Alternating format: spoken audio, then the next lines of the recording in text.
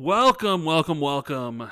This is the Xbox 2 podcast, and I am one of your hosts, Rand-al-Snore19, the man with a million dreams, I guess.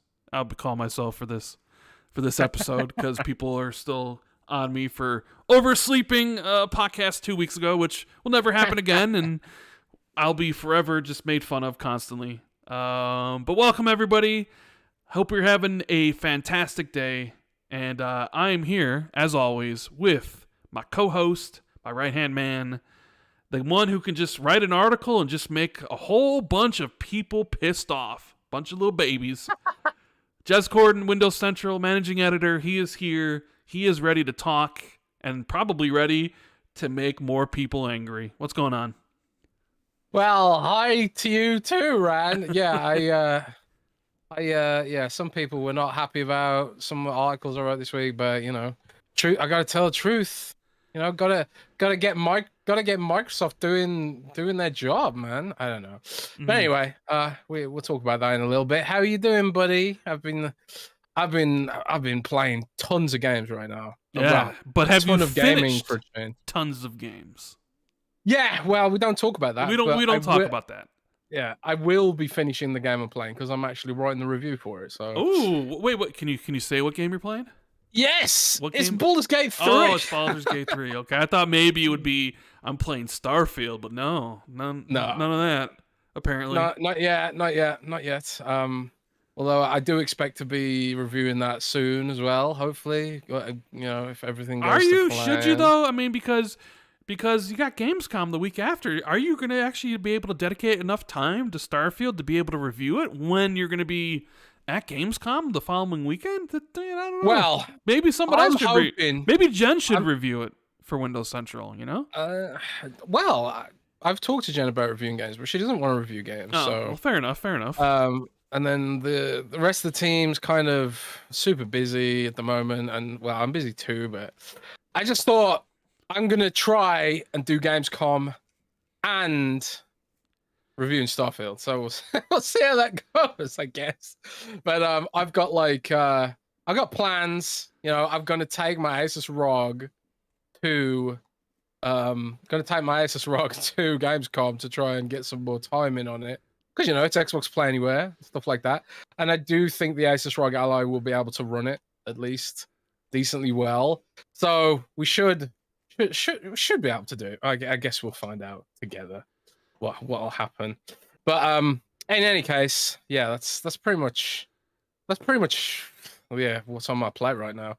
I've been playing that bloody I've been playing it non-stop, man. Baldur's Gate. It is so good. It is so good.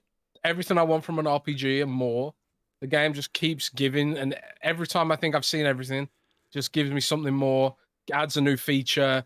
There's just so much to this game. I just can't get over it, man. It is so vast, so impressive, so amazing.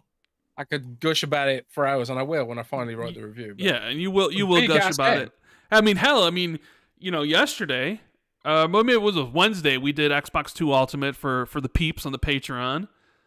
And we were just having a good time chatting, and you were showing off what was it, halfling dick in the game, just like just being like, hey, look at penis C, penis D, penis F, or whatever the hell it is. Yeah, Liz. So yeah, you can customize your penis in the game, and your vulva. Very important. It's also and your vulva, your vagina too. So your vagina too.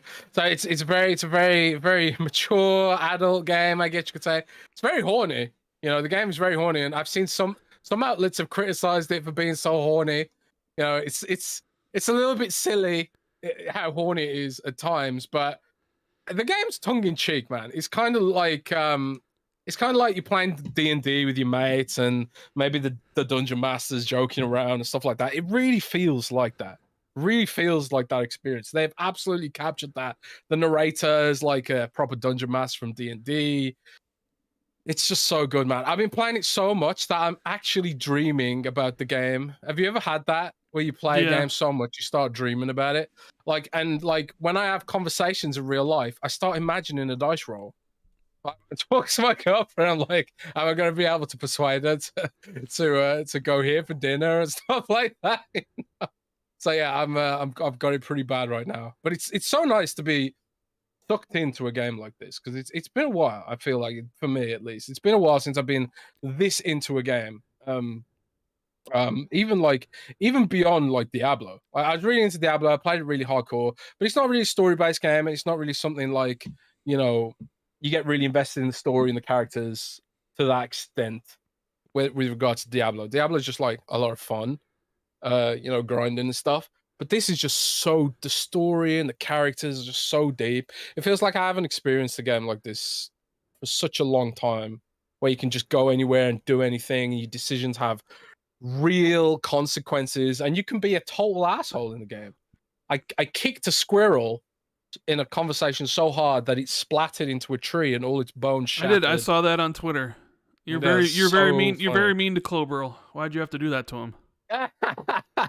That's the thing. You could be a complete asshole in the game. You can side with the villains, and do horrible things. And when a game gives you that kind of freedom, sometimes you get really punished for it, but them's the breaks. If you mess around and stuff. But so good. The game is just the only thing I want to know, and the only thing chat wants to know right now is: are you gonna finish this game?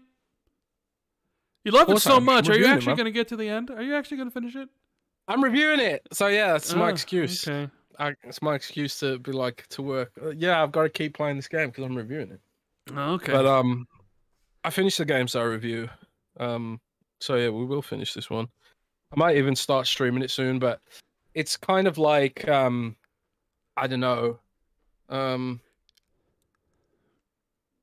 It's just a huge game too. Like the first area, damn, like 35 hours I think, just for the first area for me.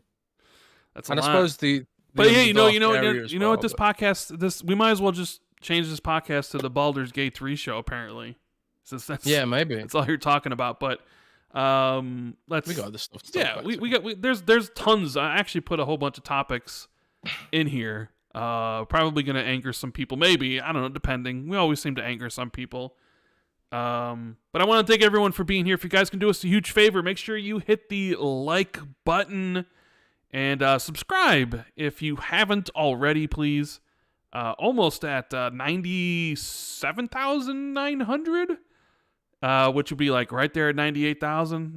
Getting close to 100K. I would very much appreciate it. For the push to get there. It's all very, very exciting. We have a huge show, a lot of topics. Probably going to be a banger of an episode. We got Patreon questions at the end. And we do have a brand new sponsor for this episode, Jez, right? Yes, and it's a really cool sponsor because they're a friend of the show and they actually watch the show. Like a lot of sponsors hit you up and they're like, hey, we're a fan of the show, but they've never watched the show. They've just looked at the YouTube numbers and stuff.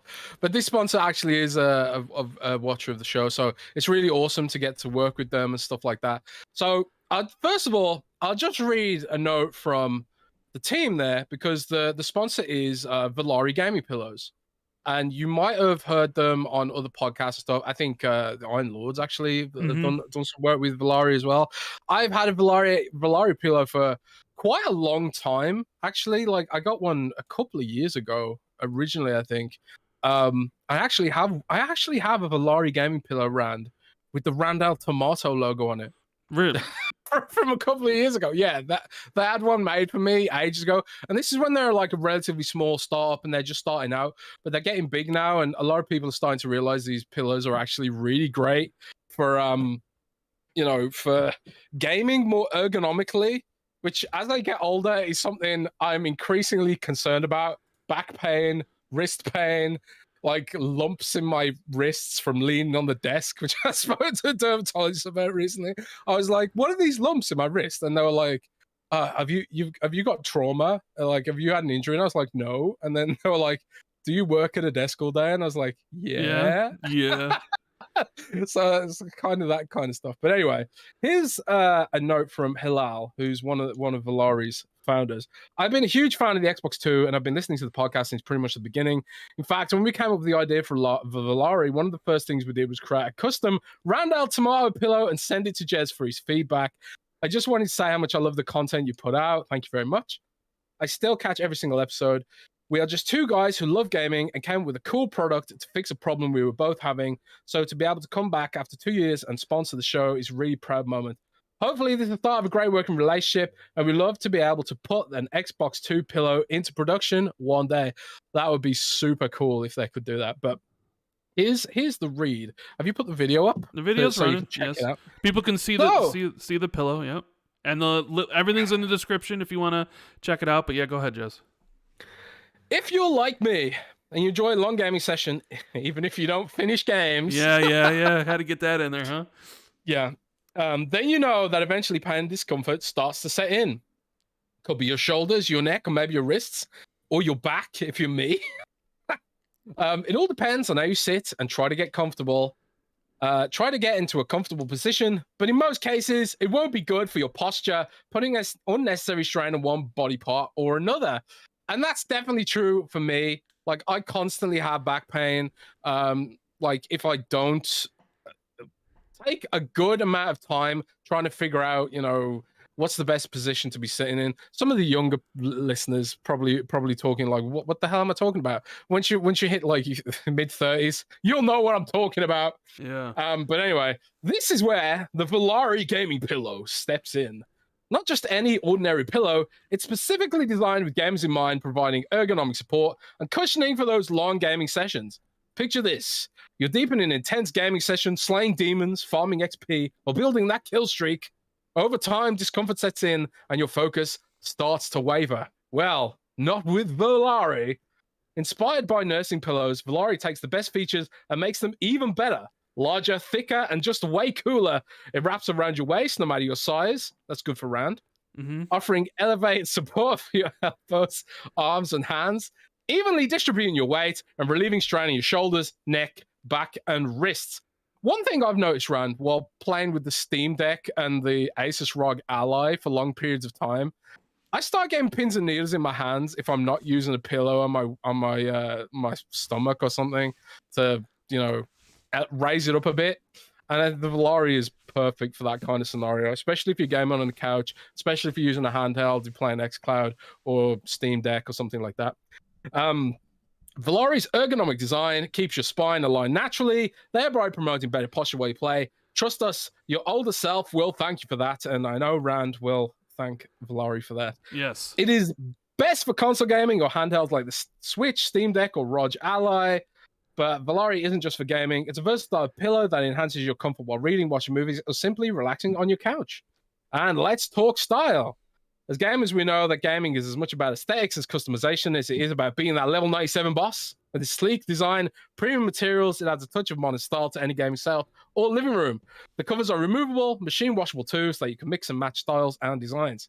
Comes in several versions. The Rare, which promotes comfort and style at an affordable price. The Legendary, which adds a premium touch with a wide variety of color combination and embroidery designs, with special IP licensed covers in the works. And launching very soon is the Epic Valari, which is a fully customizable pillow, allowing you to pick the colors, embroidery design, and even add your gamer tag. So no matter your budget or style, we have you covered.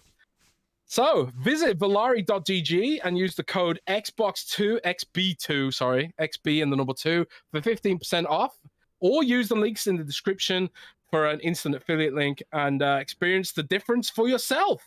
And yes, again, that promo code is XB2, 15% off at valari.gg.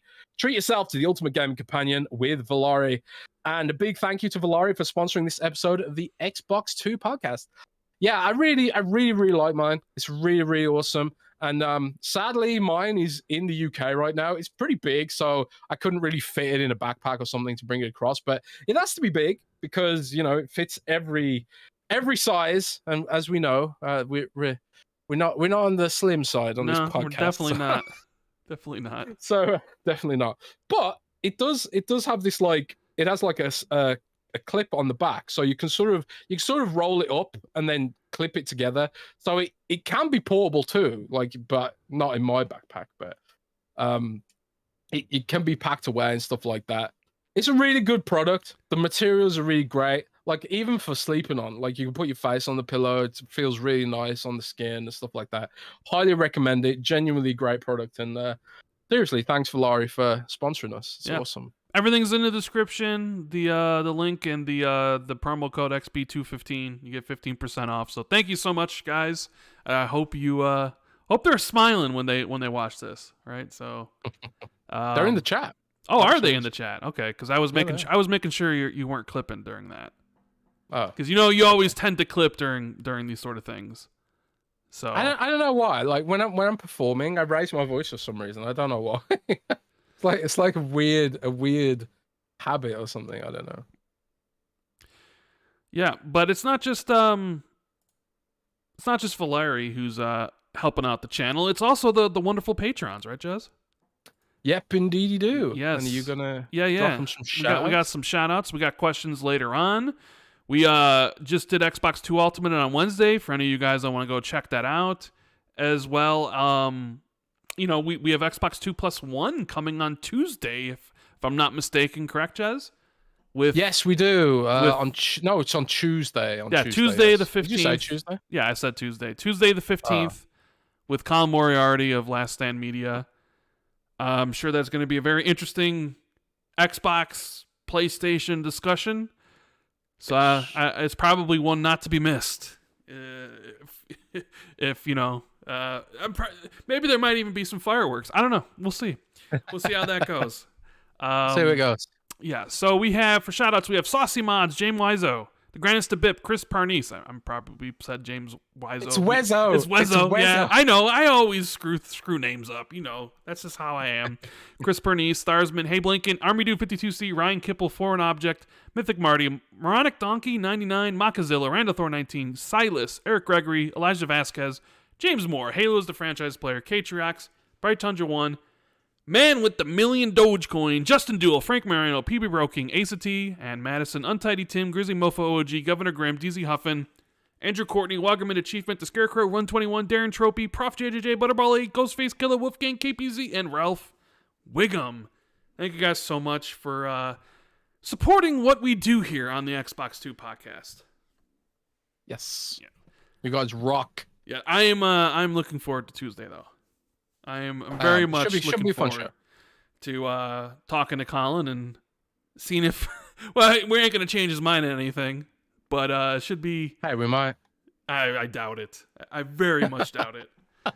Oh, man. Yes. So, let's take a look at some of these super chats we got here. In fact, James Wiseau is the first one. He says... What if Rockstar is pulling... I'm sorry. I apologize. I just see it and I say it. I mean, hell, one of my good friends, Maka91, Maka91 Productions, who does like achievements and stuff.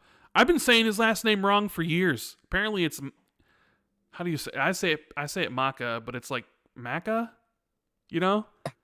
And it's like he just doesn't care. He's just whatever. It's just Rand. Everybody else calls him the right. I just call it that way. Probably because even before I knew him, I was just saying his name, or at least saying it in my head. So I am just horrible with pronunciations, so I apologize. James says, what Rockstar is pulling is actually a bit of a disgrace. It is more their fault of Nintendo and PlayStation being lackluster or on their back compat. Well, this is going to actually be a topic, but yeah, it's sort of interesting that you have Baldur's Gate come out and what it provides and what they're doing. And then you have Rockstar, one of the biggest devs in the world, maybe one of the most well-known, with certainly one of the biggest IPs in the world, right? I mean, Grand Theft Auto is massive, but even Red Dead Redemption, there's no slouch either. I think they just reported it sold like 55 million copies, Red Dead Redemption 2.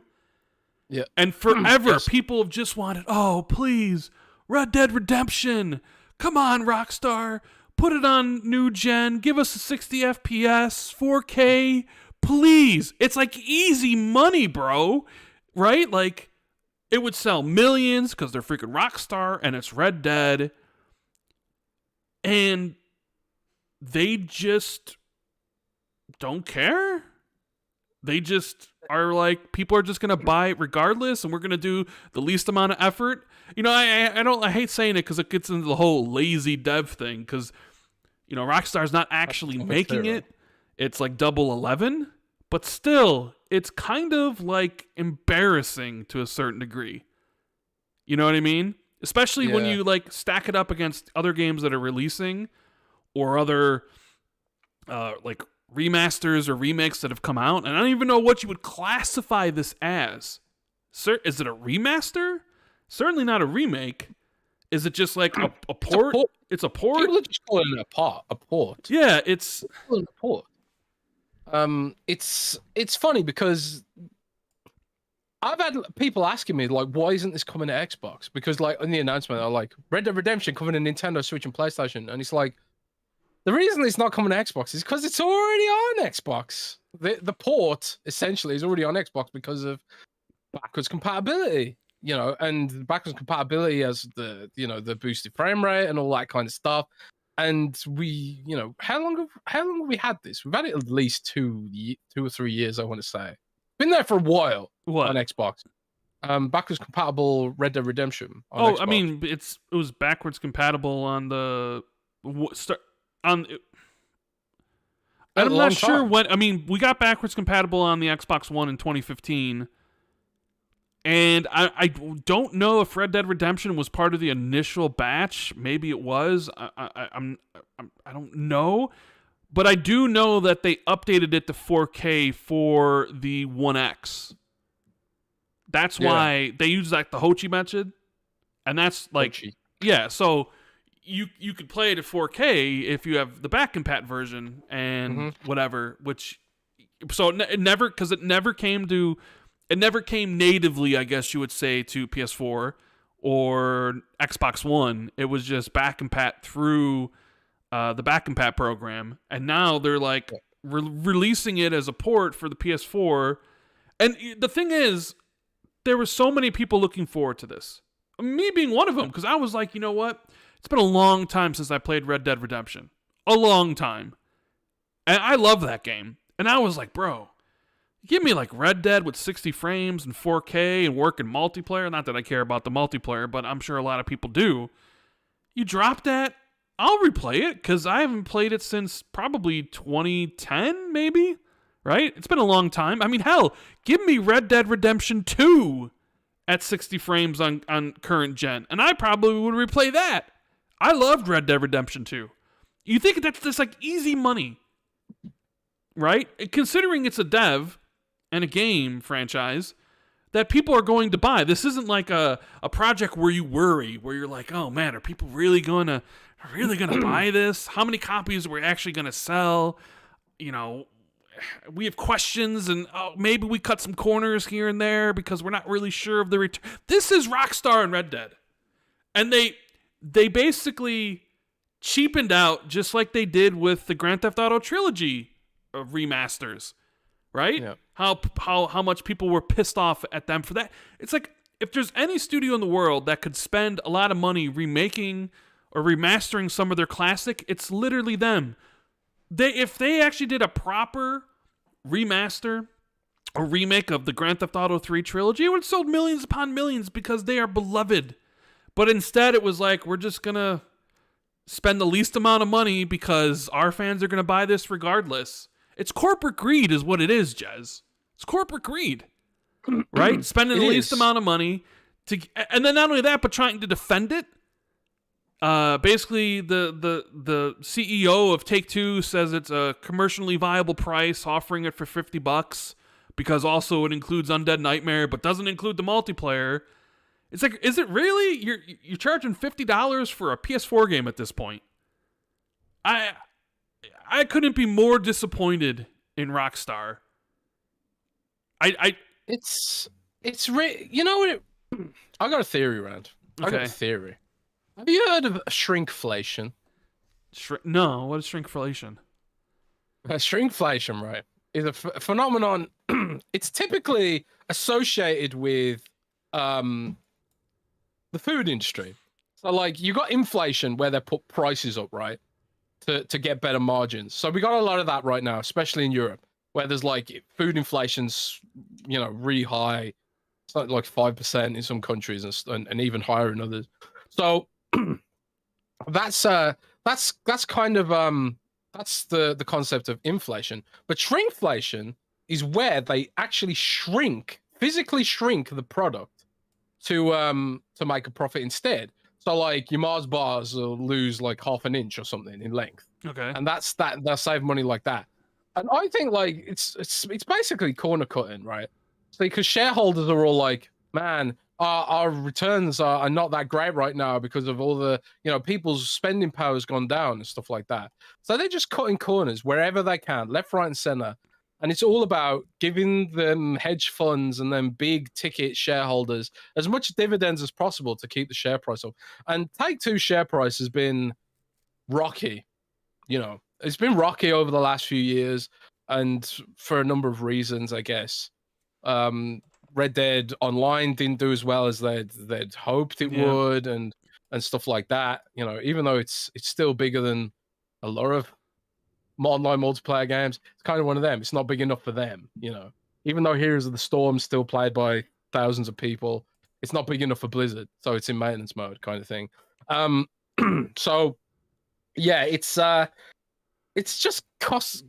We're going to see more of this, and it's kind of in the discussion right now in general. And I think that's another topic that you wanted to talk about today, which was IGN's editorial, which from Destin, that really, really sort of, I don't know, really got people's backs up and stuff in dev community, because they were just like, just to reiterate what the editorial was about.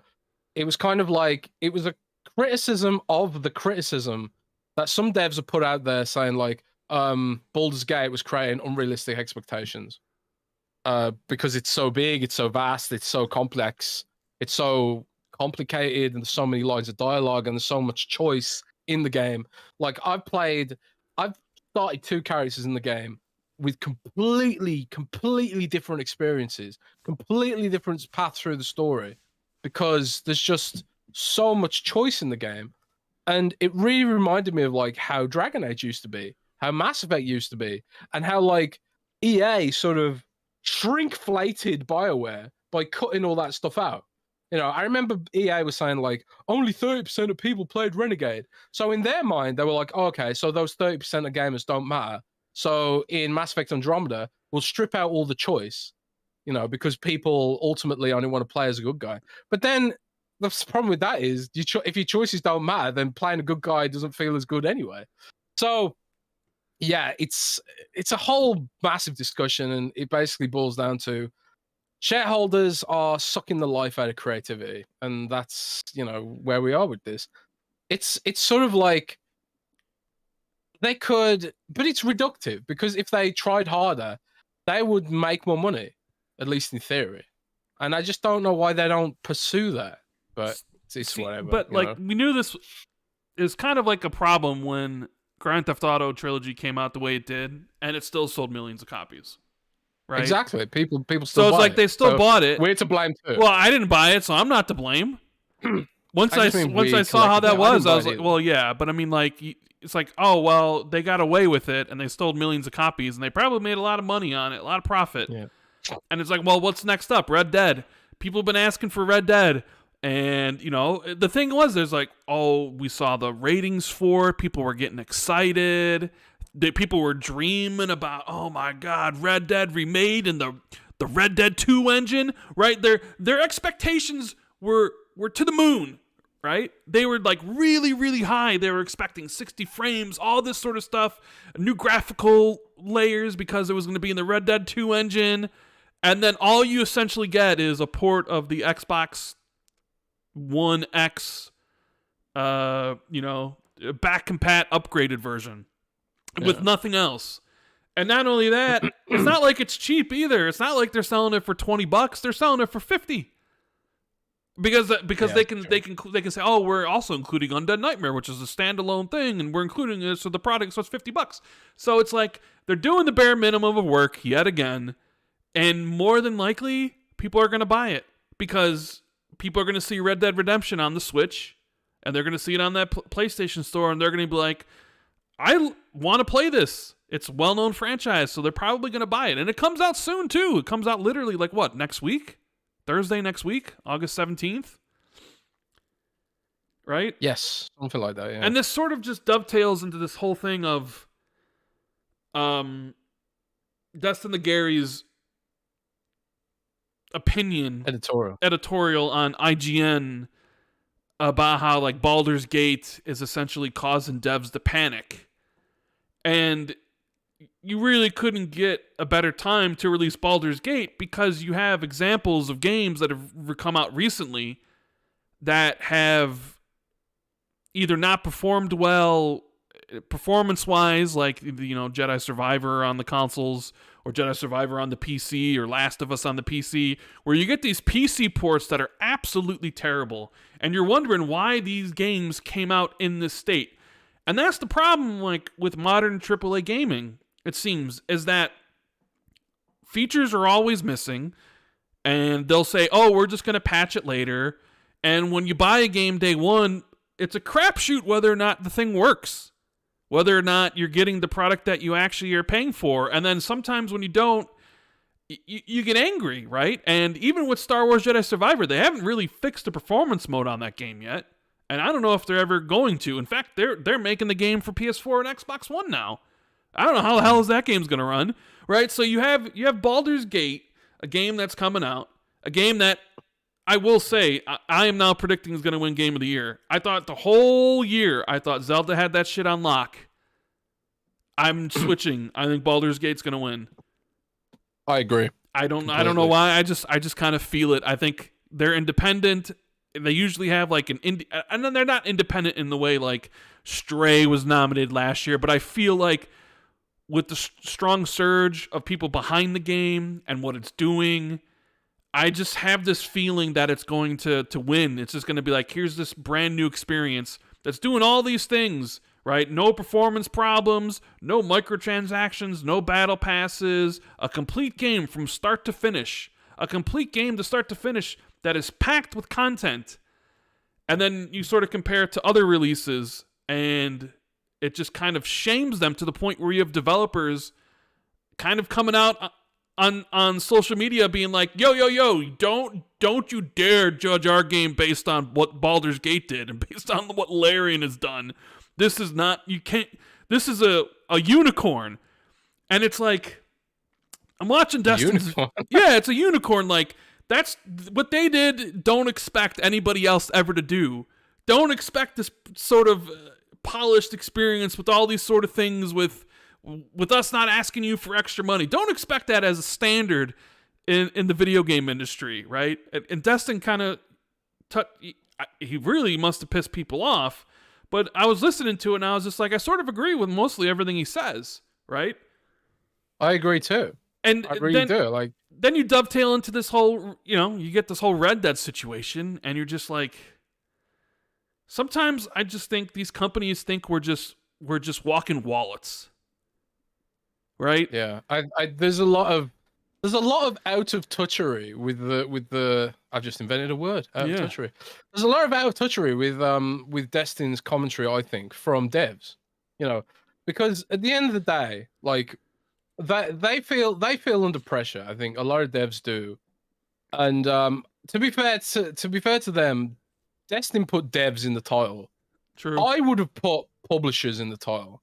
Because at the end of the day, it's publishers setting these budgets, it's publishers setting these expectations, and it's publishers nickel and diming contractors, it's publishers who are nickel and diming us, and like no dev sits there and thinks, you know, how many pre-order editions can we get into this game? You know, that's all the publisher, that's all the marketing teams, that's all the people trying to figure out how shareholders can maintain their yachts and hedge funds can get their cut and all that kind of stuff. It's a racket, man. It's a racket, and it siphons creativity, and that's why BioWare's dead, and that's why you know, the next Dragon Age isn't even an RPG, and that's why, you know, all these kind of games are sort of pared back and half-assed and half-hearted and low budget.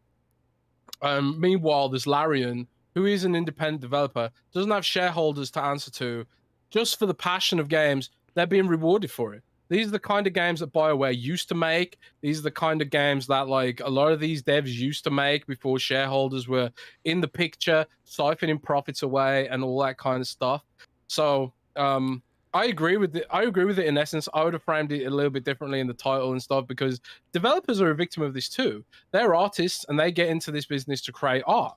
They don't get into this business to, you know, create shit to put de nouveau into their games. They don't get into the business to, generally speaking, at least. I'm not speaking for every dev in the world, but like a lot of the devs I speak to, they're artists and they want to make great experiences. They don't really think about like the profitability factor of XYZ feature and stuff, you know.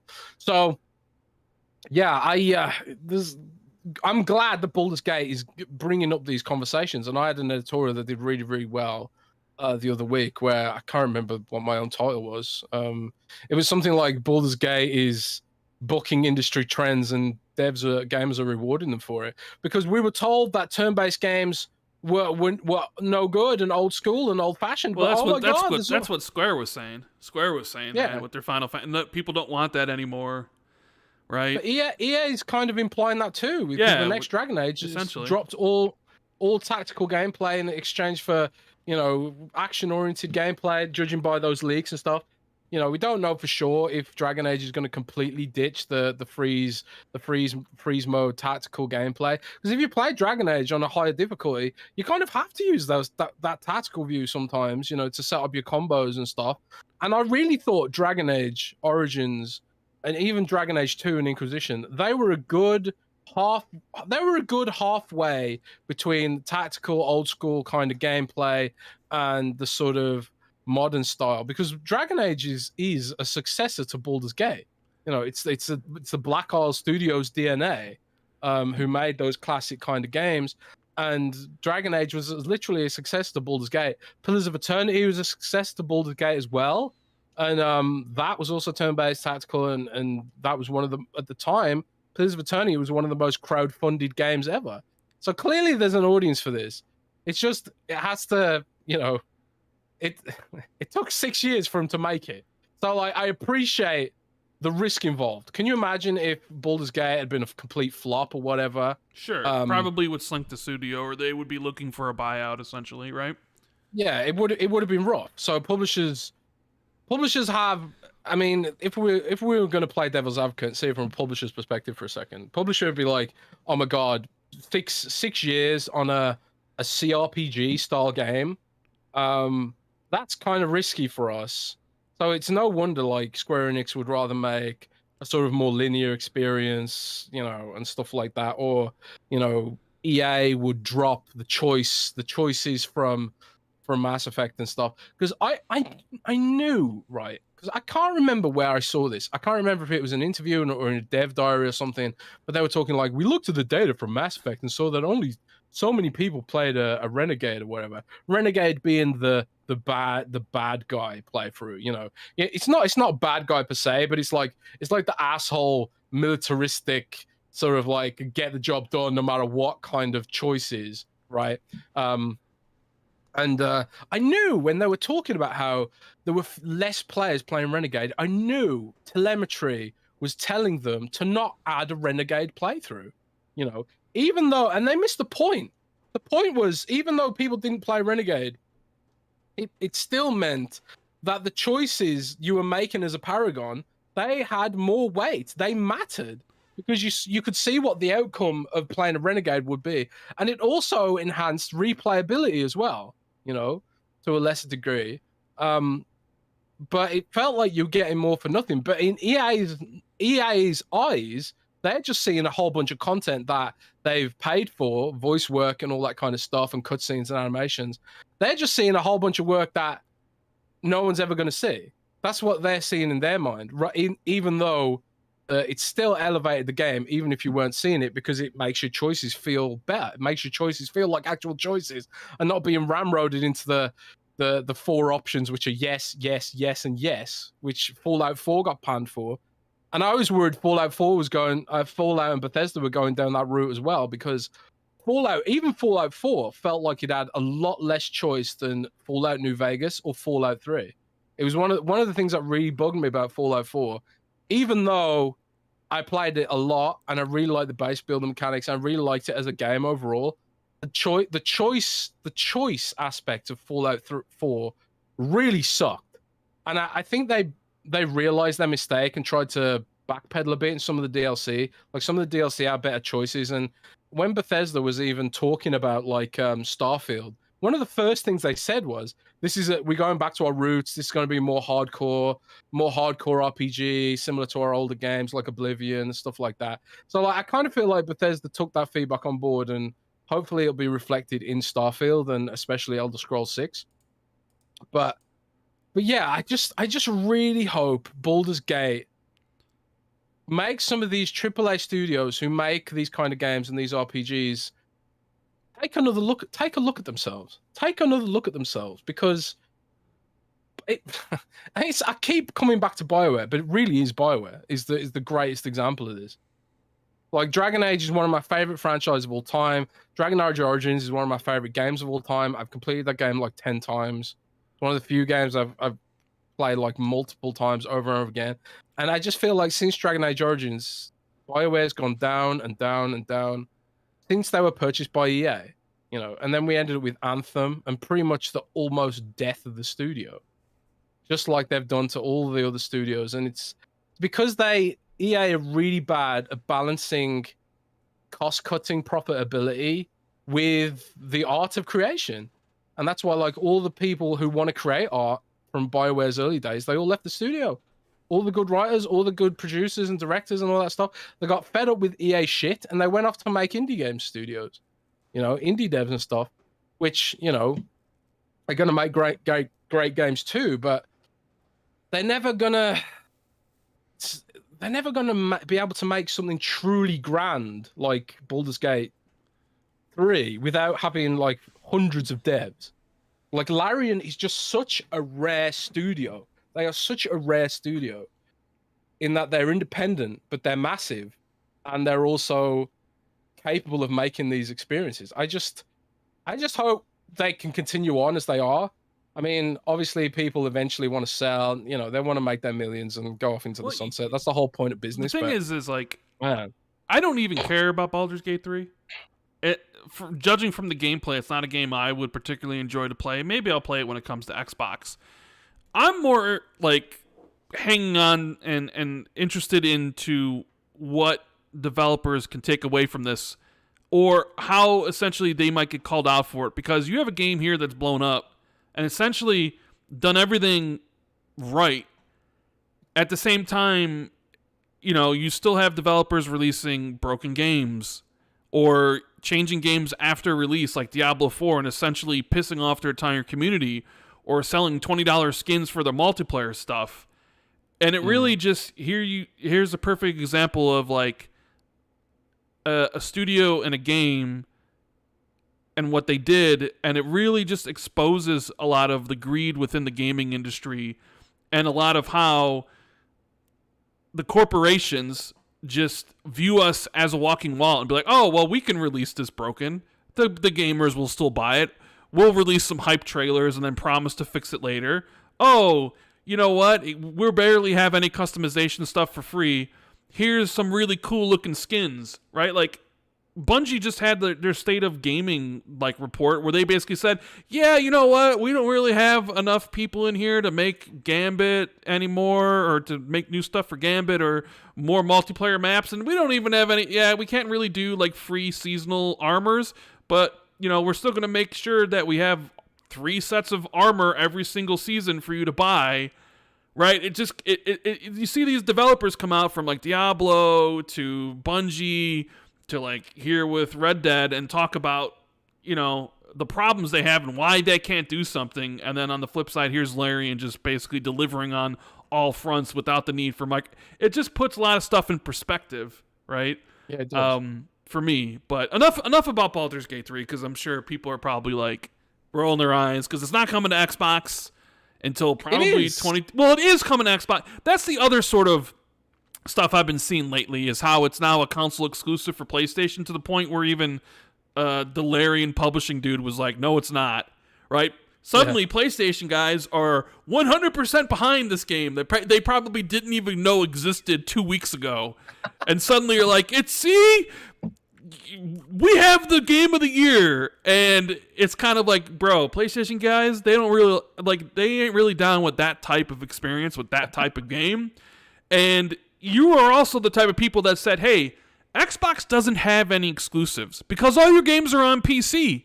Right? Forza Motorsport's not an exclusive because it's on PC. Starfield, that's the other one. When someone says Starfield's an Xbox exclusive, man, that angers some people. Because there's like, no, it's not. It's on Steam. It's on PC. It's not an exclusive, right? You can like see the veins popping out of their foreheads when they repeat that, right? So like you have these dudes being like, no, Xbox doesn't have any exclusives. And they haven't since 2016 because all their games are on PC.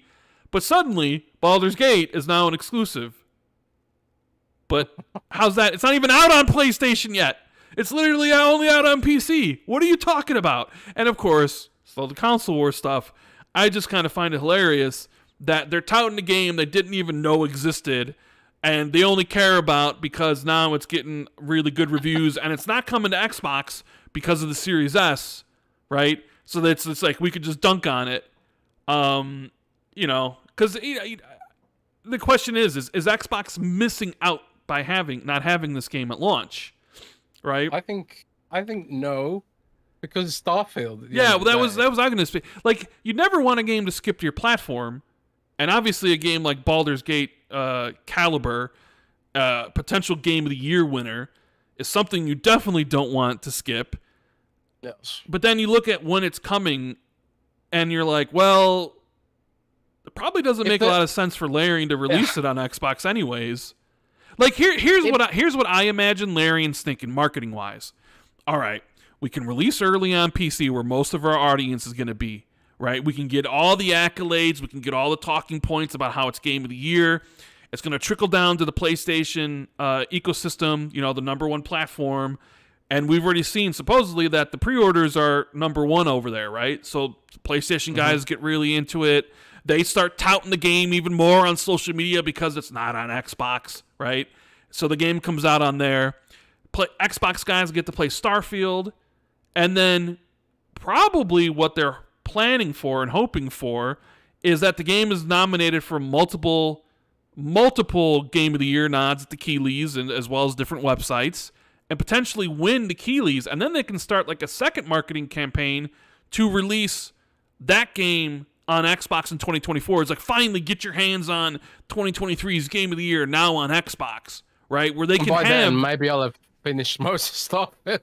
Yeah, well, like so, and I'll play it again. I'll play it again on Xbox. Well, again, because it's like you have multiple like the word I'm looking for, like life stages, not life stages, but multiple different stages of the game where it's like you have the PC version and how that blows up. Then you get the PS5 version, and then you win the awards, and then you can do the Xbox version, and then all the Xbox guys will be really excited to finally be able to play it because they've done with Starfield and done with Forza. It's kind of, at least I would imagine would be the plan. I just find it hilarious to suddenly see like PlayStation guys being like, Baldur's Gate, bro! Dungeons and Dragons are my thing. I'm totally interested in this game I didn't even know existed 2 weeks ago. Thanks, Xbox Series S. Well, I'll be completely honest. Like, this is my kind of game. Like, I play CRPGs. I love Pillars of Eternity. I love Wasteland. Even though Wasteland's sort of not in the completely same vein. It's more like it's like an XCOM CRPG hybrid kind of. But I really, really love these kind of tactical games, especially RPGs and stuff like that. But even I was kind of shocked by how much this game showed up, man. Because like Divinity Original Sin, I played the original Divinity Original Sin. I never finished it, but I came in kind of late to it, and it already felt a little dated. I kind of felt like, and then I never picked up Divinity Original Sin 2 because I guess because of the time it came out or something. And then like one thing I did notice was we reviewed a game called Pathfinder. I think it's called Pathfinder, if I'm remembering correctly. I never really played this either, but the review was really big on Windows Central, and I was like, man, there's like people are starting to come around to these kind of games again, maybe. And I think after Baldur's Gate, like, it's kind of great for Xbox because Xbox has all the studios that make these kind of games. They've got like In Exile, there's going to be Wasteland 4 eventually. Wasteland 3 was quite successful. And I got a feeling they're going to do Pillars of Eternity 3. Like they're doing Avowed, which is kind of going to be the action-oriented game in that universe. And I got a feeling they'll probably do Pillars of Eternity 3 for Xbox as well in the more old school vein, maybe with the new engine or something. Maybe they could slap it on the Wasteland engine. I don't know. But anyway, it's just great to see, and I really like the discourse with regards to we want more out of AAA publishers. They make so much money every quarter. You've got EA bragging and whatever and all this stuff. They can't even give us Titanfall. They can't even give us a new Titanfall, man. They can't even give us a new Titanfall. And they shut down Battlefront 2 development, and man, I'm just fed up with these AAA studios, man. A lot of them just don't earn their keep. They just don't earn it, man. And they expect us to constantly keep giving to their games, and they haven't earned a lot of the stuff like what Larian's been earning recently with its efforts. So I'm glad gamers are turning up to review to support Baldur's Gate, because ultimately it'll support, hopefully higher quality across the board. And in that vein as well, don't buy the Red Dead Redemption port if you want Rockstar to keep treating you guys like crap as well, but that's the thing. We know it'll sell, just like the GTA trilogy sold, even though that was lackluster as well. So what can you do? Yeah. Shout out to Navish Fox for being the newest member of a channel. Appreciate you, man. Someone has a question in chat. Some bit says, "Is Rand an Xbox gamer or an Xbox fanboy?" It's an interesting question, isn't it? What would you classify that as? Me as Jez, if you had, I'm gonna ask chat that. Let's start a poll because I'm curious myself. What would you classify me as, Jez? You're an Xbox fan. I wouldn't call you a fanboy. The way I think of fanboyism is someone who kind of enjoys the failure of other platforms, but to the degree that they only feel justified in their purchase if the other platforms are struggling. People are insecure that they've bought the wrong console, so they have to get on social media 24/7 and sort of stan constantly and stuff like that. That's what I consider a fanboy to be. Someone who's just constantly hating the other platforms and stuff. And I don't really hear you hating the other platforms. In fact, you probably play more PlayStation games than a lot of these dudes who claim to be super fans of their games. And you play way more PlayStation games than I do. I don't consider myself a fanboy either. Because I don't enjoy when PlayStation fails. And I don't enjoy when Nintendo fails, because why would I? I don't really care about that kind of stuff. Yeah, but fanboys do. I think they enjoy it when the other. I think I'm both. I mean, obviously, like a game everywhere, but I do think there's a little bit. I am an Xbox fanboy. I'm just not a Xbox console warrior. I don't need to downplay PlayStation to make Xbox look better.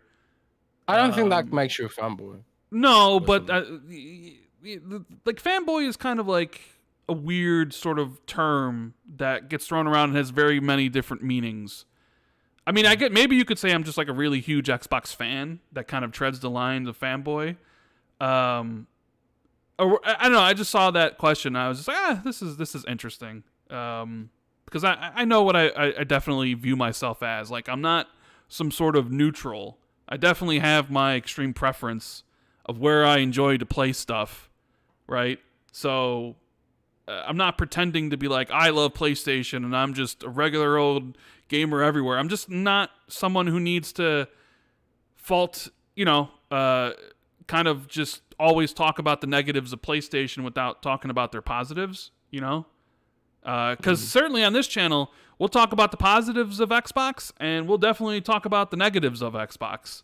We definitely criticize them all the time, fanboys, man. And then we'll praise them when needed. Like, there's, sometimes I get a lot of message, like, we'll see it in chat being like, hey, you guys are too negative about Xbox, right? So it's kind of like, I don't know. It's this weird thing. I just thought it was an interesting comment. I mean, I think fanboys are incapable of criticizing their own platform too. Like, we see this a lot from some certain PlayStation content creators and Twitter accounts. They just can't criticize PlayStation under any circumstances. The last 2 articles I wrote about Xbox were critical, you know, because I want to get a better product out of them, you know, and that's what journalism should be about, you know, the journalistic integrity and that kind of stuff. I work for the Xbox community, not for Xbox. But some of these guys, they work for PlayStation, not the PlayStation community, you know. But anyway, I think that's where it ultimately becomes fanboy, is when you can't criticize the platform. I think it's just it's an interesting thing. Maybe because I mentioned like PlayStation guys, and obviously I don't mean like as a whole group. It's just a certain selection of ones I have in mind. Maybe like 5 or 10 who always are kind of doing that thing. I don't mean like the entirety of PlayStation Nation, because that would be utterly ridiculous, right? No. It's just there's a few I see on social media that always kind of bend with the wind, right? And it's just kind of funny to sort of call out. But yeah. Anyways, what's the poll? We got 200 votes. We got 71% saying Xbox gamer and 30% saying he's a total fanboy, so that's fine with me. Poochie, member for 18 months, says the term fanboy has always been crazy to me, especially coming from sports fans. Everybody has a preference and you can root for a side. Yeah, I think the difference is like, and I see the sports analogy all the time about, hey, I'm a Bears fan, I root for the Bears, and consoles are kind of the same thing. Like, I see that sort of thing, you know, but, you know, like the console stuff is more like that's a commercial product. And I guess you could say sports, like the Lakers and stuff, those are commercial products too, but they seem less so, right? But because there's really, I think it's when it's friendly, because a lot of sports banter is banter and it's friendly and it's not with hate. But some of these specifically fanboys, they genuinely hate people who like Xbox, or they genuinely hate people who like PlayStation, you know. That's true. So and you also get PC dudes who are constantly belittling console gamers, and they don't do it in a joking way. They do it in a genuinely like, oh, I'm somehow superior because I can afford a $3,000 RTX 4090 gaming rig. And it's just kind of like, bruh, you know, it's not that big of a deal. It's all gaming at the end of the day. Like, there's friendly banter about you can have friendly banter without being a fanboy. Like, I think I said on Twitter the other day, I was tweeting about Baldur's Gate 3 because I noticed I was in a volcanic area and I noticed that the characters sweat when you're in a volcanic area, and I thought that was a really cool little detail that I'd not really seen in many other games. And then some people were pointing out like, oh, Zelda does this, and I was like, yeah, but I'm talking about real games, you know. Oh, jeez. Oh man, not the real games. Yeah, the real game. So that's like, I would consider that to be friendly banter. You know, obviously, I don't really think that about Zelda. You know, and I respect wholeheartedly Zelda as a franchise and what it's done for gaming. But I think it's amongst friends, you can have friendly banter like that. But some people would take that really to heart and get really offended and triggered and be like, "Oh my god, how dare you slander the greatness of Zelda like that?" Even in a joking kind of way, you know? Yeah. Yeah, I don't know. Kyle says, Rand, White Sox or Cubs? White Sox all the way, baby. Hate the Cubs. I've always hated the Cubs, but that was kind of drilled into me growing up. Right, I grew up on, you know, I'm obviously on the South Side. Not saying that all South Side, you know, people live on the South Side are Sox fans, but we used to go to Comiskey Park. I used to go to when Comiskey Park was still Comiskey before they knocked it down and built U.S. Cellular Field and whatever the hell the name it is now. We used to go like 5 or 7 times a year, and the thing was, my grandpa always told me from like earliest age that I can remember that if I ever became a Cubs fan, he would disown me. And I believed him. That's the thing. Like, he was serious. Every time we'd always talk about the Bulls and the Sox and the Blackhawks, but like we didn't talk about the Cubs. The Cubs was kind of that taboo topic that, you know, we didn't talk about, and we knew, Grandpa, he hates the Cubs, and it sort of like kind of filtered down to us. So like I've probably been to like, I don't know, 40 White Sox games in my life. I've never been to a Cubs game. And, honestly, I might sound like an asshole for saying this, and that's how I know, like, it's different. Like, because to me, it's like, I sometimes think fanboys wish for the other consoles or the games to fail. Like, you want PlayStation to fail. You want, Last of Us 3 to be a bomb. You want Nintendo to fail, right? That's sort of how I felt about the Cubs. I always was happy when the Cubs were awful. And I was just like, there's two teams I'm rooting for, the White Sox and the team playing the Cubs. And I was always happy when the Cubs blew games, when Steve Bartman reached over and Moises Alou threw his mitt and they didn't get to the World Series, or my friends who were Cubs fans were always disappointed that they lost. I would like take pleasure in the misery of Cubs fans, right? Obviously this is when I was younger. Now I don't care at all, but mostly up until like maybe my mid-20s, it was very much like F the Cubs and F their fans, and I hope they always lose, and I hope they never win. And I sort of like view that in the same way like Xbox, PlayStation, Nintendo, where like those PlayStation toxic fanboys root for Xbox to fail, don't want them around, and want Starfield to bomb, and want all that sort of stuff so they can leave. I sort of kind of view them as like similar. So I know what that feeling's like, because I used to be that person. I used to just hope that the Cubs just lost and their fan base was just crying every single day at the Wrigley Field. Seriously, always. Well, I suppose it's why it's a bit alien to me. I've never been into sports, but the closest thing to that I suppose I can relate to is when I don't know, man. I suppose it's like when Apple and Google fail. I kind of like to say Apple and Google fail. But that's it, I suppose. And even then, it's like I'm not that bothered about it. It's just funny, a little bit funny, I guess. Mobile phone fanboy wars. No, that's real fanboy wars, bro. Or well, back in the day, not so much anymore. I think everyone just kind of accepts that Apple's won now. But back in the day, people used to fight about that shit. And I still see it now. Like, people get bullied if they've got the wrong color in America, especially because Android's quite much bigger in Europe than I think it is in America. But isn't there the whole thing in America where you have the wrong color chat bubbles on iOS or something? Because Apple flags people who've got an Android phone. I don't know. Yeah. It's dumb. Onion Bro says, "Is Rand a Chicago White Sox fan?" Yes, Chicago White Sox fan my entire life, bro. I got like emotional when they won the World Series in 2005. My grandpa hadn't seen one. I mean, I remember like I couldn't believe it. I got more emotional when they won the World Series in 2005 than I ever did for any of the Bulls championships when I was, growing up, when Michael Jordan won those 6 championships. Like that stuff, I don't know, that touches you in a place not many things really can. But it's just funny to talk about how I wished misery for Cubs fans. I was happy when they lost, and I was happy. I was even happier when like they were on the verge of greatness, and it was like snatched away at them at the last second, right? Well, because then they thought they thought they were going to be happy and they were going to win, and then nope, you're not. You're still the loser Cubs with your loser fans over at Wrigley Field. Ah, man, I love that. But it still sounds like it's good-hearted fun, right? It's not like football hooliganism in Britain where it's like people actually fight to the death over this shit. I don't know. Anyways, that was interesting kind of side note.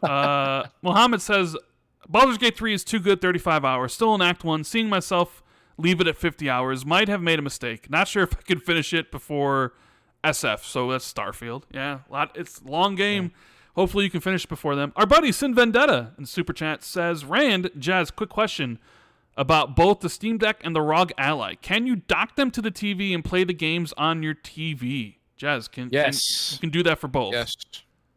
Yes, you can. You need a couple of notes though. You need a proper compatible dock for it. So like some docks, they won't output 60 frames 1080p properly, and I found this out the very, very hard way. So make sure you're getting a compatible dock for the ROG Ally or the Steam Deck, and then also you need to make sure you've got the right speed of HDMI cable.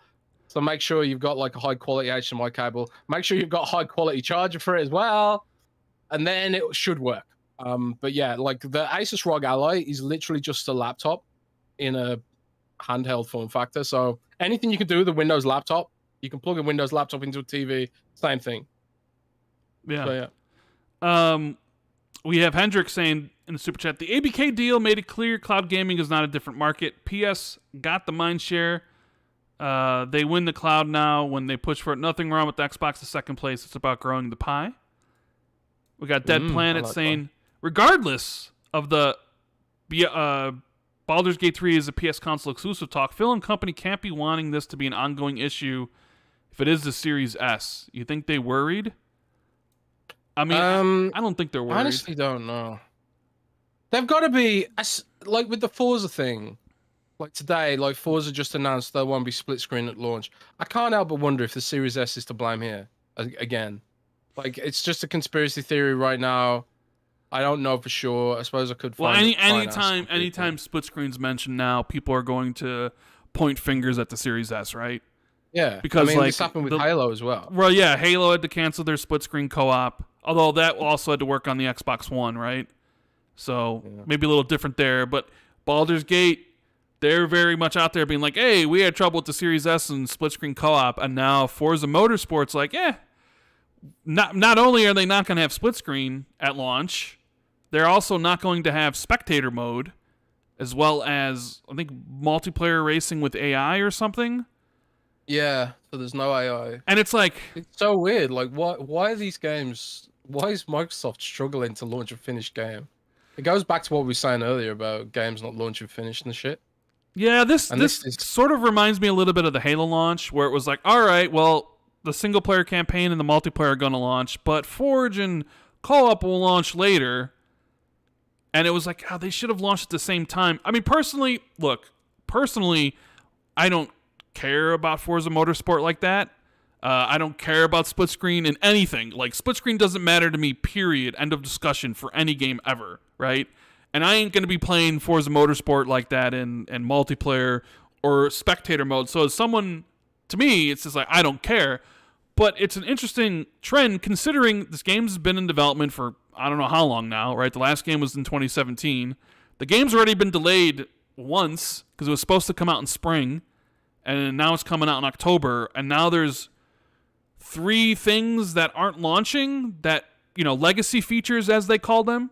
And it sort of kind of ties into the discussion we were having earlier about Baldur's Gate and about devs and being panicked and about launching, games without all their features. I mean, I remember when we were going in on Redfall about 60 FPS and whether or not that constituted whether the game was complete at launch or not, or was it still a work in progress? And 60 FPS is still not in Redfall, right? What is that? 3 months later, it's still not there. Who knows when it will be there, and who honestly even cares at this point?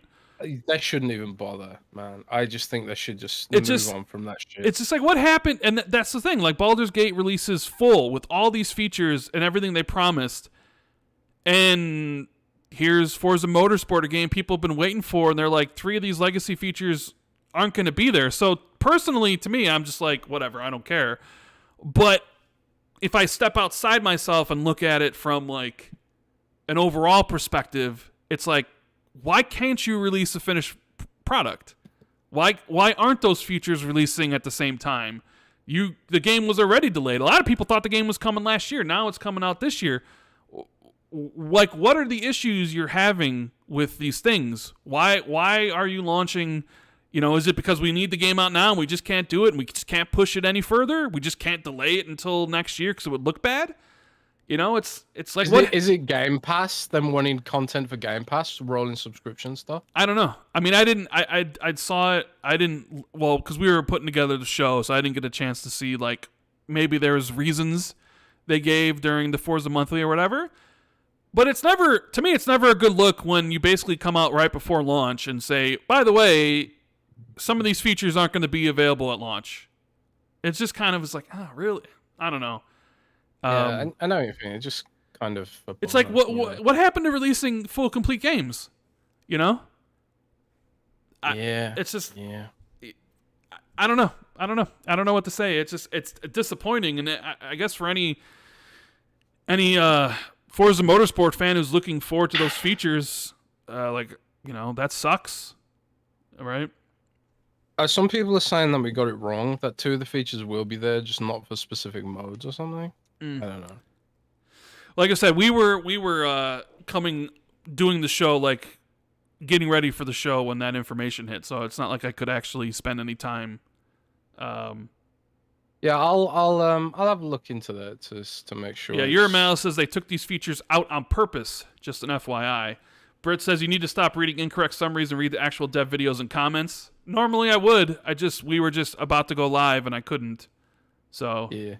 Well, even still, the point still remains that like even if Forza's not one of these games that are shipping things incomplete, Microsoft has done it plenty with games like Redfall, Halo Infinite. You know, speaking of Halo Infinite, though, Rand, I just want to go off on a slight little tangent. I've constantly been seeing positivity about this game in my feed recently about Halo Infinite. Yeah, Halo Infinite. I don't know if you've been seeing it as well. Well, I think we always said like, give it some time after everything's put together, and I'm sure because sometimes this happens with live service games where it's not at launch where they're really good. Although Halo Infinite was really good at launch, it's like they sort of need to stumble and fall and then pick themselves up and see what the community wants, and then eventually the games become quite good. It sort of happened like with Rainbow Six Siege back in 2015 and 2016, and I sort of thought this would happen with Halo Infinite. Like once they launched the game and got it out there and they went through all their growing pains and what was expected from them from live service, and everybody left the studio and they got new management in there, and then finally Forge was available and creators could make stuff there, that the game would probably see, a resurgence. And it has, and people are talking about how good it is now. People are talking about how it's like maybe the best live service game out there. Which is great. Like that's fantastic to see, Halo fans talking really positive about Halo Infinite right now, right? It's just the problem is I don't think it's translating very far outside of the Halo fandom. So I don't see it increasing the user base very much. See, the thing is, it's because there's so many of these games out there. The shooter market is completely saturated. Like you maybe if this had happened in 2015. It'd be a different story, like with Rainbow Six Siege, right? It kind of stumbled. It wasn't very good. They had a lot of problems, and then they nailed it, and off to the races they're going. But now you have all these games out there, all these shooters out there, and it's really tough to compete because not only on console do you have Fortnite and Call of Duty and Apex Legends, which Apex Legends is having its issues right now as well, but on PC you got like Valorant. Right, it has a lot of competition, is essentially what I'm saying. So yeah, they're doing their best. It sounds like maybe the changes are working. The leadership changes are doing what they're supposed to do. Halo Infinite's in a better place than it's ever been. But it's like you mentioned, it's like with all the sort of competition out there, with all these live service games that are still doing what they're doing, it's really hard to see a resurgence in player activity on PC, on Xbox, because I think on Xbox it usually hovers in between the 20 and 30 range, and on PC it's pretty much, non-existent for the most part. But yeah, I mean it's very, very cool to see that a lot of Halo players are extremely happy with the state of the game currently, and if they can just continue that, and the leadership team can just kind of, see what works with this. And kind of move it and make it so sequels or the next games, right?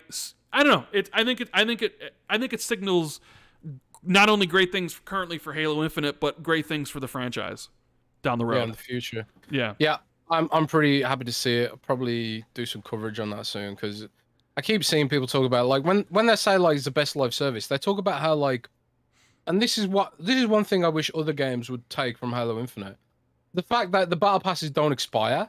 You can just like, okay, today I'm going to work on this battle pass, or today and next time I'm going to work on this battle pass. You can deactivate and activate the battle pass you want to work on, and there's no like false sense of urgency, which I hate about battle passes, where they're just like, oh, you've got to complete it by a certain date or whatever, to try and force you to play the game, to try and pad that engagement, you know. It's like I just refuse to participate, you know, and it's kind of like I look at the battle pass and what's there, and if the content ain't something that I'm especially that hyped about, I ain't gonna participate in that sort of fake FOMO stuff, because there is literally no reason on earth why a battle pass should be time limited. It's digital fucking content. Yeah, bro. you know why it is though. It's FOMO. They're relying on the fact that the stuff is only available for limited time to get you to buy. That's how that stuff operates. It's stupid though for digital content. It's absolutely stupid. Like I actually like increasingly, I think loot boxes might have been the lesser evil than a battle pass. You want increasingly, gambling? I'm thinking that. You want gambling? I mean, yeah. I mean, maybe as long as it's cosmetic gambling, not gambling for power. But I don't know, man. It's just, how can these games be sustainable in a way that isn't just complete shithousery? You know, like I really want to know, like, does Halo Infinite's battle pass system work? Like, is it still like profitable when they reduce the FOMO stuff and the sort of like, oh god, I've got to do this in a certain amount of time or I'm going to lose it kind of thing? Or has Microsoft only done that because Halo Infinite couldn't get out new battle passes fast enough to justify making them expire? I don't know. But I don't know. It's the whole industry is annoying with some of this stuff right now. I mean, I completely appreciate, right, that games have to be sustainable. I completely appreciate that to be sustainable, they have to have a lot of devs, and there has to be some kind of ongoing revenue stream. You know, if we do want these games that sort of don't expire eventually.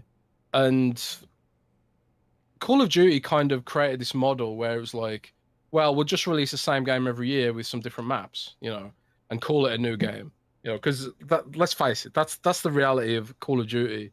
Since maybe Call of Duty 4, it's basically like the same engine, not much changed. Maybe some, you know, swap the era, but it's the same engine, blah blah blah, and they built a whole empire on that model, right? So instead of paying like every few months for a battle pass, you paid every year for like the yearly pass to the Call of Duty franchise or whatever.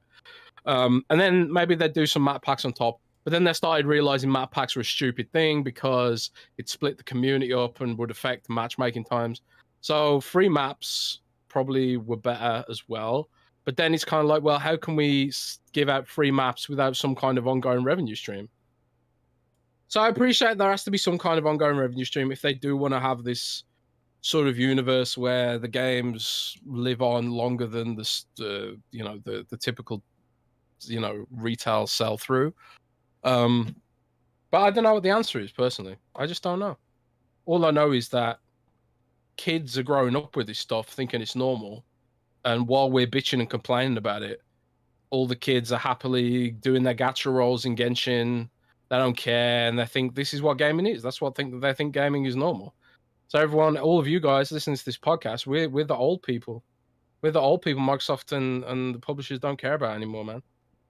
We're just too old, bro. But maybe Baldur's Gate will change things. I don't know. Yeah, doubtful. I'm trying to look for the Forza Motorsport stuff because I want to give correct information about because people say we had it wrong. And Rand's being a journalist. I'm just trying to find the correct info. I don't like being journalist. I don't like giving wrong info, and I don't like being wrong. And granted, we were just kind of. We're just kind of riffing on it, yeah. Yeah, we were just. People have sent me some stuff, and I'm trying to find the reasoning or the explanation, and it's kind of tough to do that doing a podcast at the same time. So if anybody has the reasoning, just DM me, and I'll make sure to like read it. I'll check Clorbro. So, Has Cloverall got anything? No, Cloverall doesn't have anything. Up on this, I guess. Usually, sorry, yawning. I look up Cloverall for summaries about that kind of stuff, but he doesn't have anything up now. Yeah. Let's see. Let's get back to. I should hire Cloverall. You should hire him. Oh, maybe hire him before Xbox does. We have BT Maverick 707 in the super chat says, if Xbox Series X comes out with the Slim, would you guys prefer the tower shape or back to the rectangle box like the Xbox One X? Rand, Worcestershire. Okay. Sorry, go on. I'll let you speak. I don't mind. I don't even know if I would get a Slim, to be honest. It's not like my Xbox Series X is not working, or it doesn't seem like it's going to fail anytime soon. I'm not someone who really is like, I'm going to buy a replacement for something I already have, unless it's like an upgrade. Like, oh, this is going to be better. Like, it was like a mid-gen upgrade. So if they came out with the Series X Slim, I don't know if I would necessarily need to spend the money to buy it. Sure, I could trade mine in and probably get, it for $100 more, but I don't know. I sort of like the design. I mean, I guess the only reason I would want a design like the One X is because it would fit better in my entertainment center. Because right now, because of the way my entertainment center is, I have to have the Series X on its side. I have it laying down flat because I can't stand it up because it just won't fit in the entertainment center. So maybe just for that perspective is like, okay, well, if you're gonna, I would get it because okay, I can actually kind of have more room. But right now, I'm perfectly happy with the design. I'm perfectly happy. I mean, I look at it every single day when I play. I look at it on its side, and it doesn't bother me at all. I know it bothers some people. It doesn't bother me. But then again, I'm the type of person who doesn't spend any money on cosmetics. I'm the type of person who also doesn't really spend a lot of time in character creators. It just doesn't matter to me. So I don't know if it matters to Jez or not. I really like the tower design personally.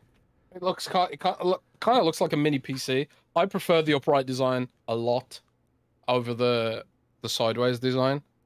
I prefer it looks more, but I don't know. I spend a lot of my life being a PC gamer, so it kind of fits my aesthetic. I don't know. I always thought the horizontal consoles looked, I don't know, a bit always like a VCR, something you put under your TV. But I've never gamed in my living room ever. My consoles have always been in my bedroom, so I've never really had that kind of setup.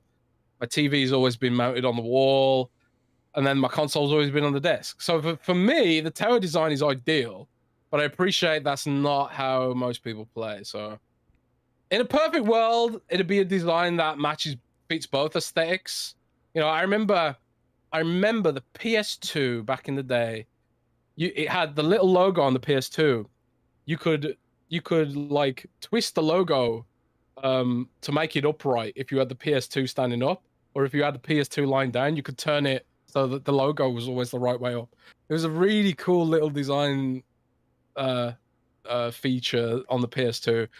And maybe if Microsoft does another console, then they'll look at making it work in both dimensions, but I don't know. We'll see. We have Navish Fox saying there's this narrative, and he has like a rolling eye emoji of what is truly a fanboy. Okay. Jay Rembert says, as an Xbox guy, I don't want to see PlayStation or Nintendo fail, and PlayStation fanboys that allowed us in the gaming space, probably because they're also the most. I mean, PlayStation's the bigger platform, so it would stand to reason they have the most fans, and obviously out of those, the most vocal fans. Stay High FFF says, how can Baldur's Gate run on a Steam Deck, but they're having issues with the Series S? Well, doesn't the Steam Deck have 16 gigs of RAM? And like the Series S have 8? Isn't it probably more of a RAM issue, maybe?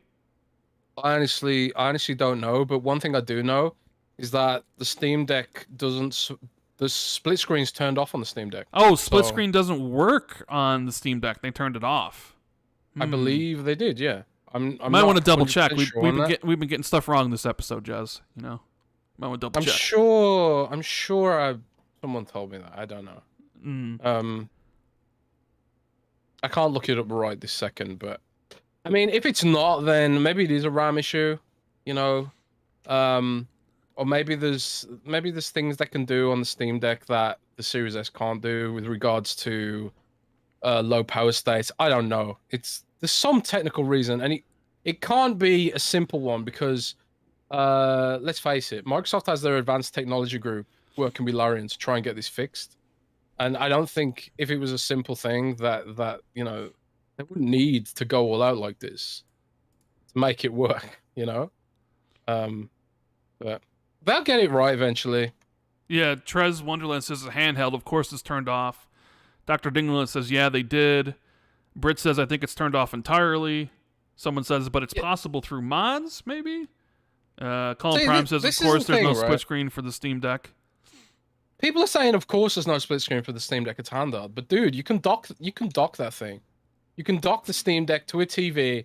You can Bluetooth 2 controllers, and you can play split screen games through a Steam Deck, like Streets of Rage or any game that supports it. So even if they've turned it off, some people said there are ways to turn it back on. But this is the thing, right? People had got split screen working in Halo Infinite on an Xbox Series S because Microsoft almost had it working, and then they cancelled it. So I don't know. I'd love to know I'd love to get an explanation for that. Why are there videos of this feature working when you said it wasn't going to work? It's kind of like Minecraft ray tracing when they patched it into the game by accident and then took it out. Yeah. Why do this? Is there an explanation why it seems to be working, but then you removed it? What's the reason? What's the real reason, guys? I don't know. Navish Fox says Jez is a true concept of a fanboy. Jay says, I'm a White Sox fan too, Rand. My dad, when I was a kid, used to take me to Comiskey Park. Since then, I've always been a White Sox fan and forever will be. Me too, bro. I don't know how many times I've been to Comiskey with my dad or with my grandpa. Such a good time. I haven't been... The last time I've actually... I'm trying to think the last time I've been to a game. It's probably been 10 years. In 2005, though, I did go to 5 games, and that was the year they won the World Series. I was kind of very disappointed with the team this year, because a couple years ago, they were really good, and I was kind of getting back into watching the games, and then it kind of like typical White Sox, they just fall apart. But yeah, a lot of good memories of going to White Sox games. Love that. Face 23BKNY says, Jez, I don't agree with your article about Sony will have 4K streaming, that they're ahead of Xbox and cloud streaming. Okay. I never said they were ahead. I said they could end up being ahead. That's what the article's about. It's people were laughing about PlayStation cloud streaming, and I actually linked an article from The Verge in 2019 where The Verge was just like, oh yeah, Sony completely dropped the ball for cloud streaming. But now it's like Sony has... They're talking about 4K streaming already, which Microsoft just never mentions because it's something that's never going to happen for Xbox in this generation of cloud streaming.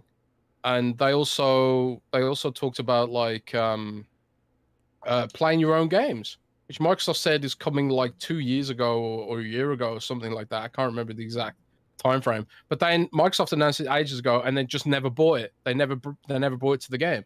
So yeah, I mean, it's not about... The article isn't that Sony's ahead right now. It's that they very well could be very soon. And to that end, the PlayStation Now subreddit on Reddit, and this isn't exactly definitive proof of interest, but there are generally more active people on PlayStation Now subreddit than there is on xCloud subreddit. So, that doesn't mean anything. Well, I'm just saying, it doesn't mean anything. You can't judge. It's like trying to judge Twitch analytics and how many people are watching a Twitch stream to judge how popular a game is or something.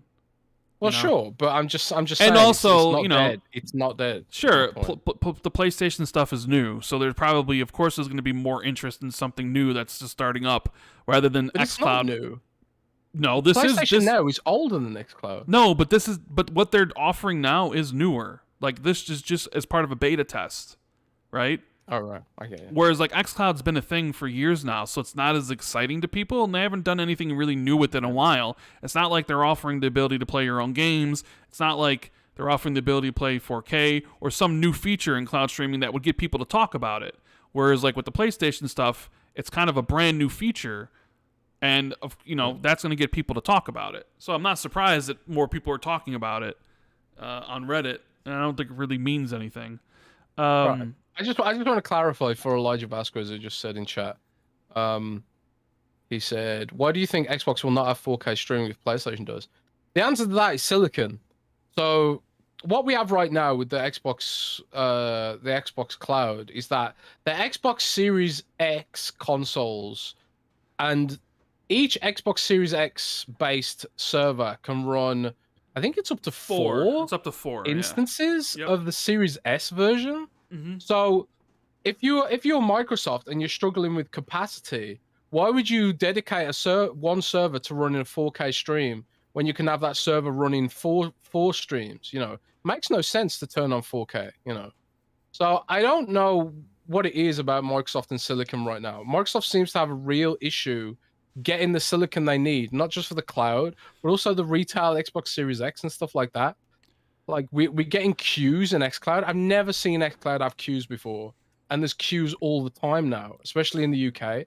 And I don't know if this is Microsoft lowballing xCloud or something for regulators right now, and they're just being like, well, we can't expand capacity while regulators are all up in our shit. We need to take a more conservative approach to it or something. I don't know if they're engineering regulator opinion by holding off on it. Maybe they are. I don't know. But something ain't right. The fact that we've got all these queues now, something weird's going on. That's kind of where I'm coming from. And I just want to give Microsoft a kick and say, hang on a sec, you guys said this is coming and we still don't have it. Sony are bringing it out and you guys are supposed to be the goddamn cloud company. I just don't get that. I don't get how we ended up in this situation. So that's kind of what it's about, Right. Fabrice Paul says, Jez, one thing Xbox needs is support studio. Do you think they will buy them, create them, or do nothing? They can't always rent studios forever. I think they will buy support studios once the ABK deal's up. I think you might see a flurry of smaller acquisitions once the deal's done. Like, we were speculating on Xbox 2 Ultimate this week.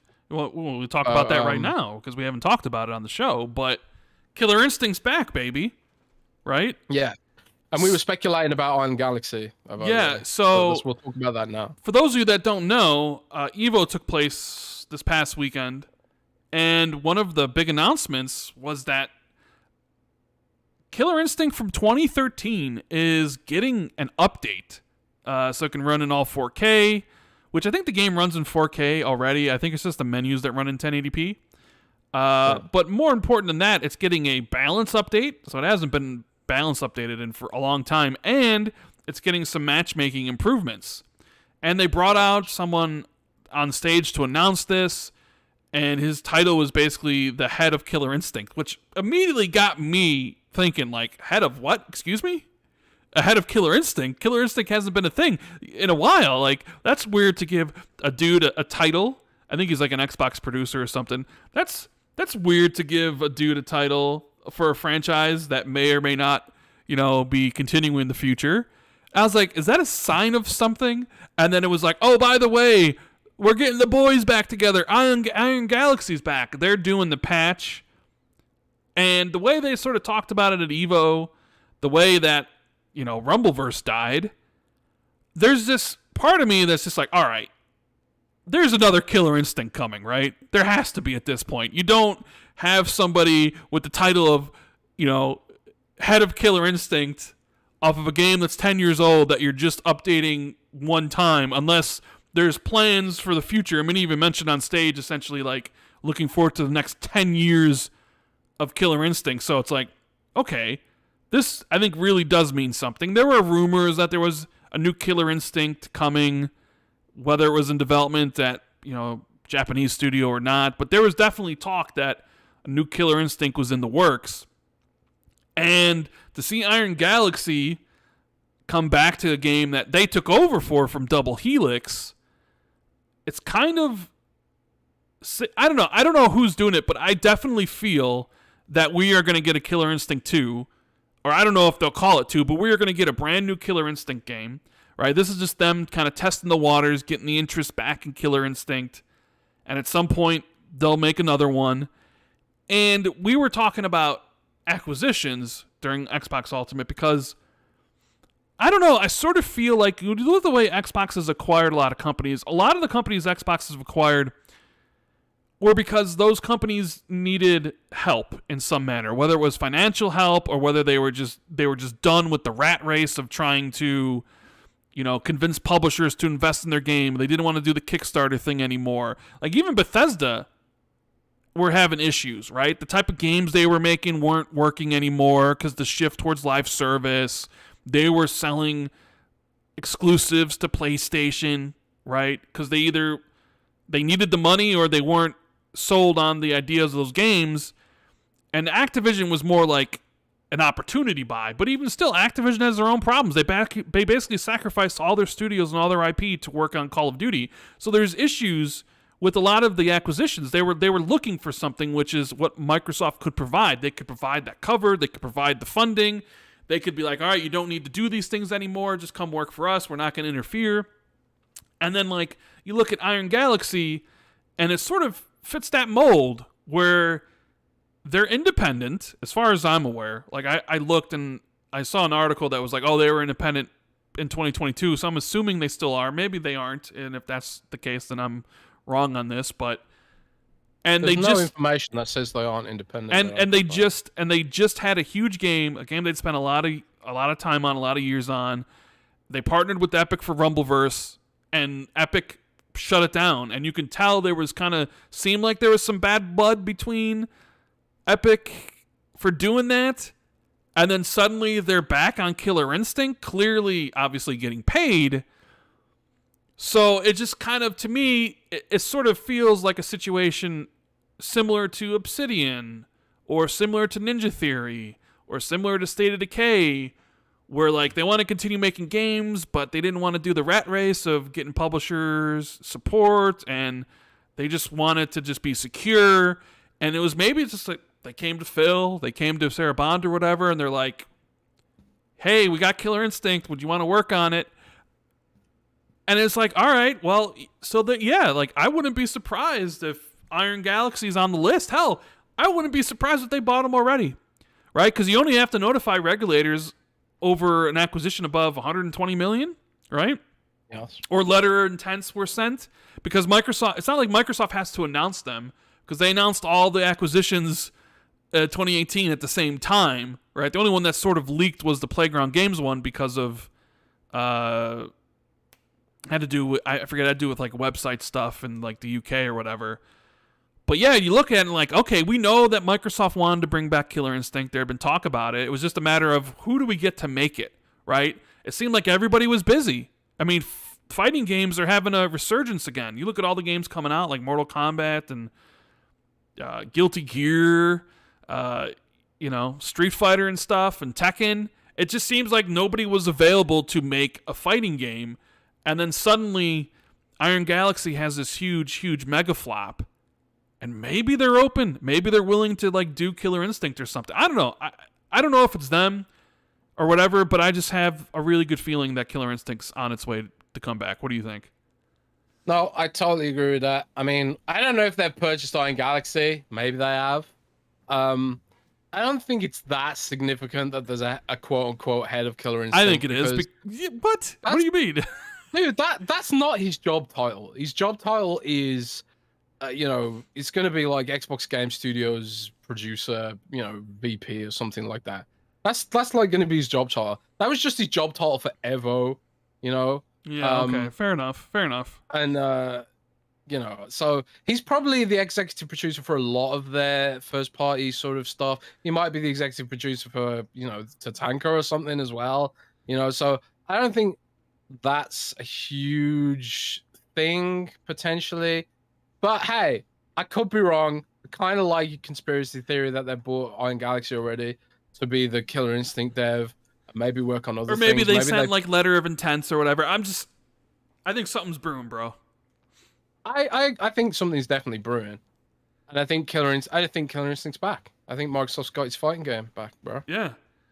And maybe this is one of the things. Now they have a studio, and that could continue on with Killer Instinct for the foreseeable future. I think it's great, especially if you're a Killer Instinct fan and wanted it to come back. This has got to be good news to you. I mean, this was shocking. When I saw this, I was like, I did not see that. I was like, holy cow. Like, because there's these rumors, and you're just like, really, I don't know.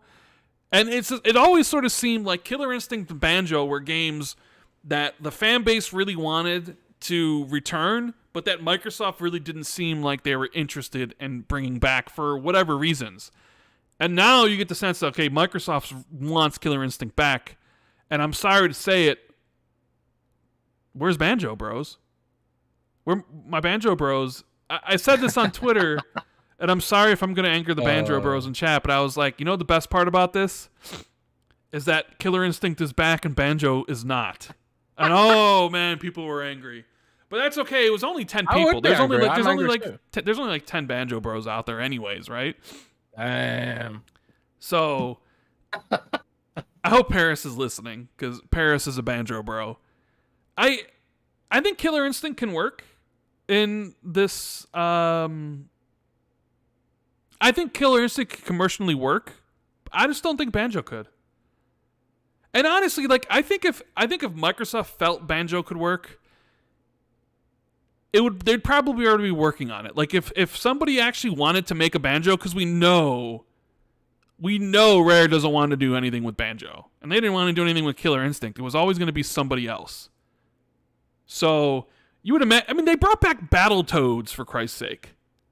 Battletoads. Clearly, someone pitched Battletoads to them, and they thought it was a good idea, and they brought it back. The fact that there hasn't been a new Banjo, when I'm sure plenty of people and plenty of studios have pitched something to Rare or Microsoft, and we haven't seen it yet. I don't know. Although I have heard from some friends that maybe it is still a thing, but I still want you guys to get your game. I just don't know if you will. Dude, it's always about having the right dev at the right time. Iron Galaxy was the right dev at the right time for Killer Instinct. Eventually, there'll be the right dev at the right time for Banjo. Toys for Bob, maybe. And it'll probably be Toys for Bob. There you go. But I think Toys for Bob very much want to be doing traditional Crash and traditional Spyro, at least. Why not combine them, bro? Why not do a Crash meets Crash X Spyro X Banjo? Boom, done. That'd just be silly, bro. Bro, bring them all together. Spyro. How does that work in Spyro lore, man? I don't know, and who cares? You own them now. Bring them all together, or do Crash X Banjo. Yes. That's inconsistent, bro. You can't do that. Bro, they literally made a game called Crash Bash. Come on. You're gonna violate. Spyro's not in Crash Bash, bro. I'm just saying. Crash Bash does not violate. You own it. Use them. The delicate, intricate lore of Crash Bandicoot, bro. I mean, think of all the guest characters they could have for Killer Instinct now, Jez. Oh, dude, the PS5 Slim has now fully leaked with a video. Has it? With a video? Yeah. Well, that means they're gonna have to really announce it soon, huh? Yeah, it looks like the PS5, bro. Yeah, well, that was the thing. Tom Henderson said basically that was real. It looked like the exact same, maybe a little shorter. Oh yeah, I see the video. I mean, it looks like the exact same, except with the slit down the side. Yeah, and it looks like there's a panel where you can remove the disc drive. So basically, it's a redesigned PS5 where the disc drive will not come as standard, and the disc drive will be a module you can snap onto it, which makes a lot of sense, I think. Could this be the PS5 that I finally buy to play Ghost of Tsushima? Do I just wait for the PC version? You might as well just wait for the PC version at this point. Yeah, kind of. Although it depends, like... I kind of want one. But I also just keep thinking my backlog's big enough. So weird, like FOMO, man.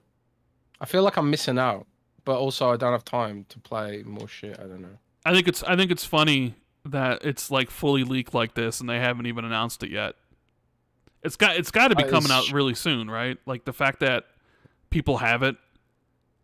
Yeah, I think so. I mean, the announcement for it has to be coming soon. I mean, Sony's got to see this and be like, well... Shout out to Tom Henderson, man. Tom Henderson's killing it with PlayStation leaks right now. The Sony guys have There's never really been someone as prolifically leaking. Yeah, he's got somebody at PlayStation. he's got somebody at PlayStation feeding him all the info. And I remember some people were doubting him about the Project Q stuff, right? Yeah. I was like, don't count out Tom Anderson, man. He's got rock solid sources. I honestly don't like that the little slit it has going through like the whole thing. I don't know. I don't like that. Well, I didn't really like the design of the PS5 anyways. The slit is to remove the module though, because it's gonna have a slit on the side with the disk drive. So yeah, I mean, can you show it on the stream? No, I'm not going to show it because I'm sure Sony is probably gonna take this down. Yeah, okay. Very well. I'll retweet it on Twitter, and if you guys want to check it out, I'll post on my Twitter. This dude's probably gonna get his account bitch slapped in a bit. So, but hey, when he does, it'll at least confirm its existence, right? But anyway, I guess this could be 3D printed, right? Where it's just a fake. Maybe. I think this guy's leaked stuff before. I've seen this guy's account before. So that begs the question: Where's our Xbox Series X Slim? Because it definitely could be slimmed down, right? They definitely could remove the disk drive because our buddy Special Nick made some waves this past weekend or on the last Xbox era.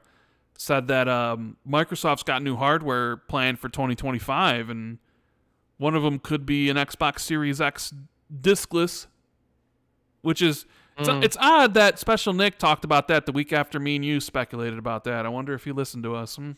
Interesting. Interesting. We talked about that as a possibility, and then the next week, he's talking about it as a rumor mill, which then everybody started talking about as true. I love how that also happens with stuff like that, right? Well, we never said we heard that they were going to do it. To be fair, and Nick's kind of saying that he's heard they're going to do it. I haven't heard a damn thing about it. Like, I'm of the opinion that Microsoft could end up closing the gen out with what they've got. They'll definitely revamp the Series X. Make sure to get cost Pro? on. I don't know if they'll be a mid-gen upgrade, but they'll definitely have a new Series X at some point. Whether it looks smaller or whether it has the disk drive removed or something. I don't think they'll do a Pro. Like a lot of people think they should do a Pro because Sony's doing a Pro, but I kind of don't think that's going to happen. I think they might just go into next gen earlier this time. But hey, I could be wrong. Never know what Microsoft's going to do. Because like lately, some of the info I've gotten from sources are kind of been intentionally misleading. So now I'm kind of weary of what kind of info is being fed to me. Because I think Microsoft, like, because of all the leaks that happened in the year before, I think Microsoft's trying to find where the sources of leaks come from by seeding faulty info. And I found out recently that one of the things companies do, like Google and Apple, for example, they often put junk code and junk data in certain stuff specifically to try and weed out leaks and stuff. So I'm like paranoid at the moment. Anyway, so that's another topic. But anyway, yeah, PS5 Slim, not so slim. Not so slim. I think I just seen on Twitter that the Teenage Mutant Ninja Turtles: The Last Ronin was just announced at THQ Nordic's showcase. What's that? Even though it was announced earlier in the year that there was a Teenage Mutant Ninja Turtles: Last Ronin is getting a third-person action RPG AAA video game by an unnamed studio, likely a few years off. Titles inspired by the recent God of War titles. It's a beloved version run of it's like a standalone comic where essentially all the turtles are dead except for one. Just one turtle left alive, and he fights in all the styles of all the turtles. So he's got the katanas and the bow and the sais and the nunchucks. And like the mystery is like, who is the turtle that lived, right? And So it was announced like, hey, they're making this game, and then today during their showcase they announced who's making it, and it's Black Forest Games. Who are they? So I went to their website. They made Destroy All Humans 2 Reprobed, Destroy All Humans. This probably will be their biggest game they've ever made. So if you go to their game section of their website, they made Destroy All Humans 2 Reprobed, Destroy All Humans, so 2 remakes or remasters. They made Fade to Silence. They made Gianna Sister Twisted Dreams and Rogue Stormers. And this is the studio that is making the AAA Teenage Mutant Ninja Turtle Ronin game. I wish them all the best because I hope it's great. I absolutely hope it's great. To embrace a group, I'm like it's so rare that Embracer Group make games that actually land. I think they own the company that makes Remnant 2. That feels like such an outlier. And even that, I kind of feel like that took Embracer Group by surprise. I don't think they realized what kind of high quality game they had in their hands because it didn't market it that hard. But anyway, yeah, Embracer Group. Struggling a bit. Yeah, I'm just waiting for Microsoft to take Crystal Dynamics and Eidos off their hands. Yeah, that'd be nice. That would be nice. And finally, so I just ended the poll. Is Rand an Xbox gamer or an Xbox fanboy? And it was 65% Xbox gamer, 34% total fanboy. Basically 760 votes. That was just a fun one.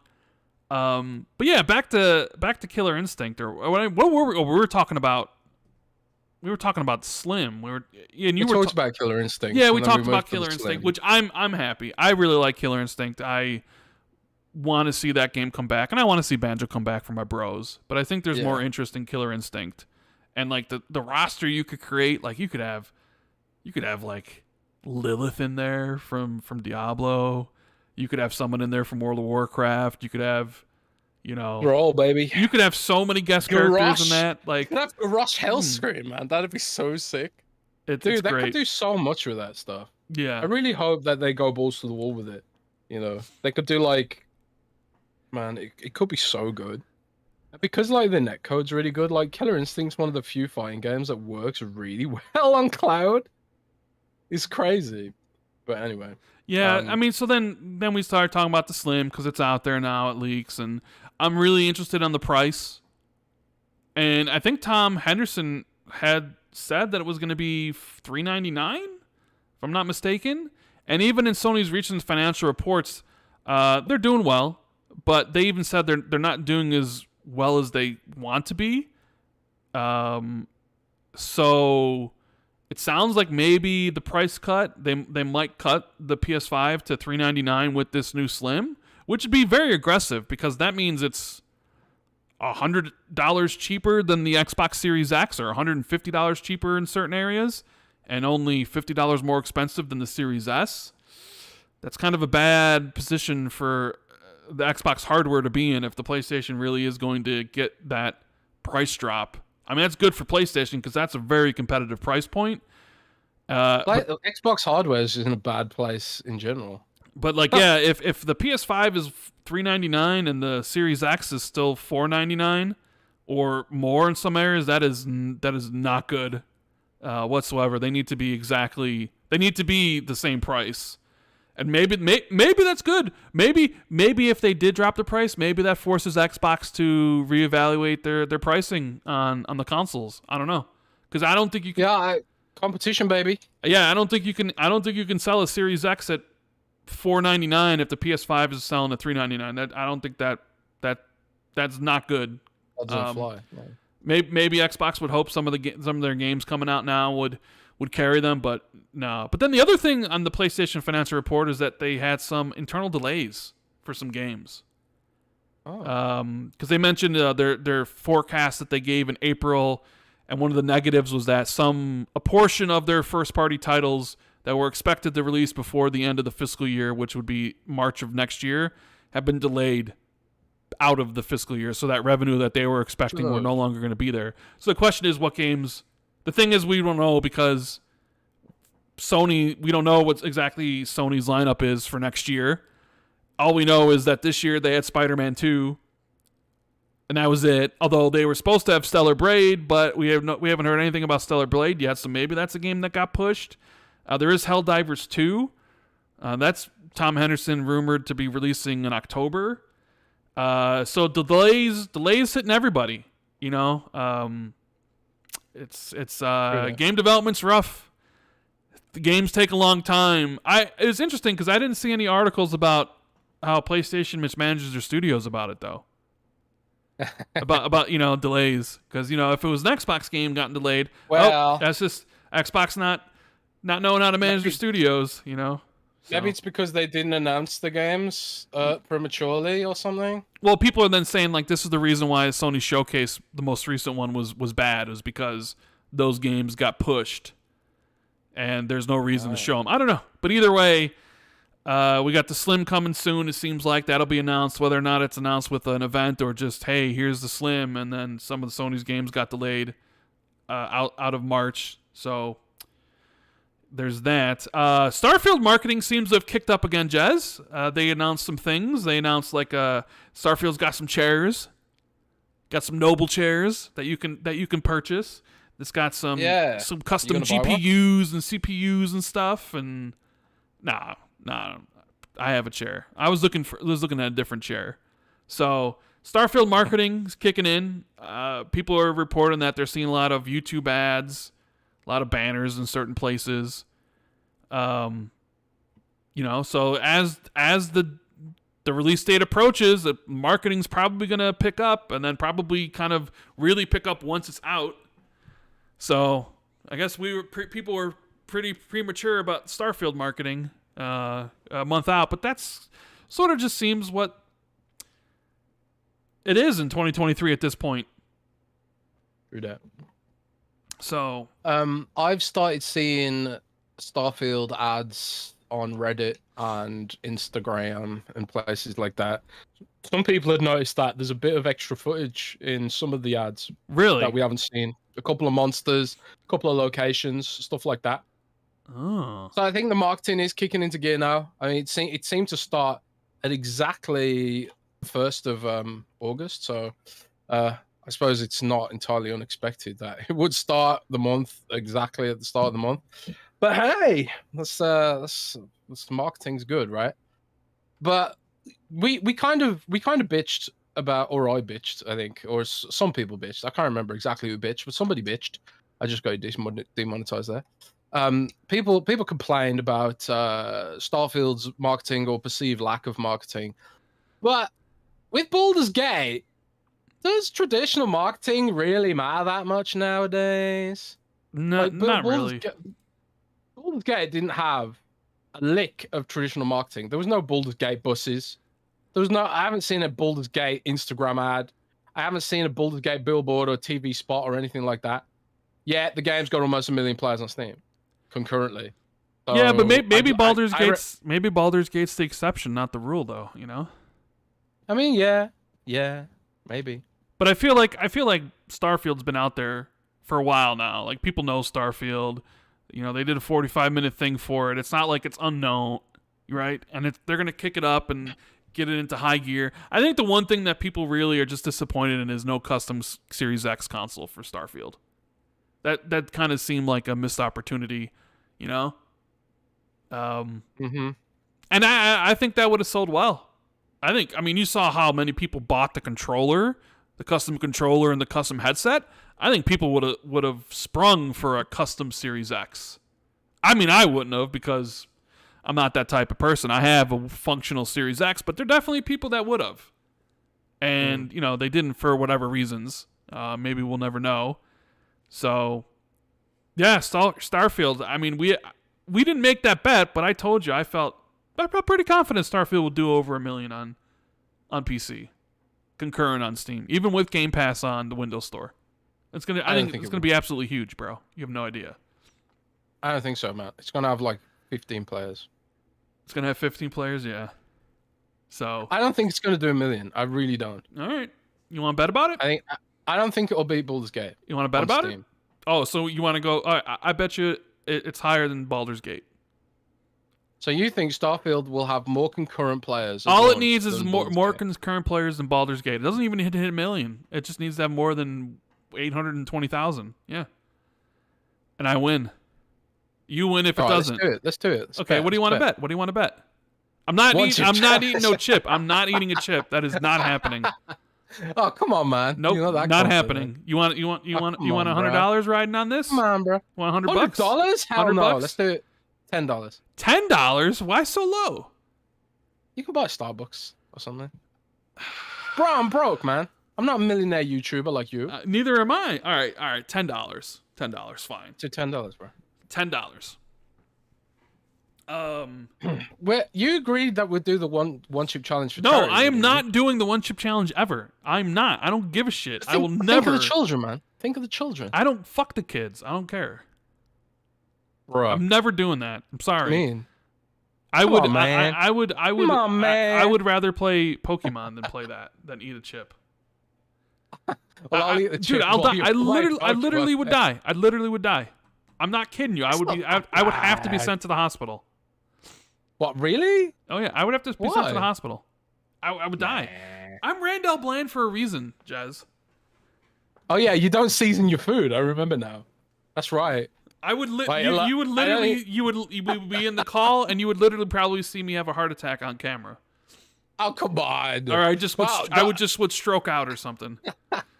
Guys, like I don't know, like there might be some people who are confused because a few weeks ago, I can't. How long ago was it? It might be 2 months ago. It was like Thursday a couple weeks ago. Yeah, Rand revealed to us that he doesn't season his food even with salt and pepper. He doesn't. He's bland al Thor 19. So like, I suppose like having a bit of Ghost Reaper chili chips might be a little bit overwhelming for poor old Rand's little palate.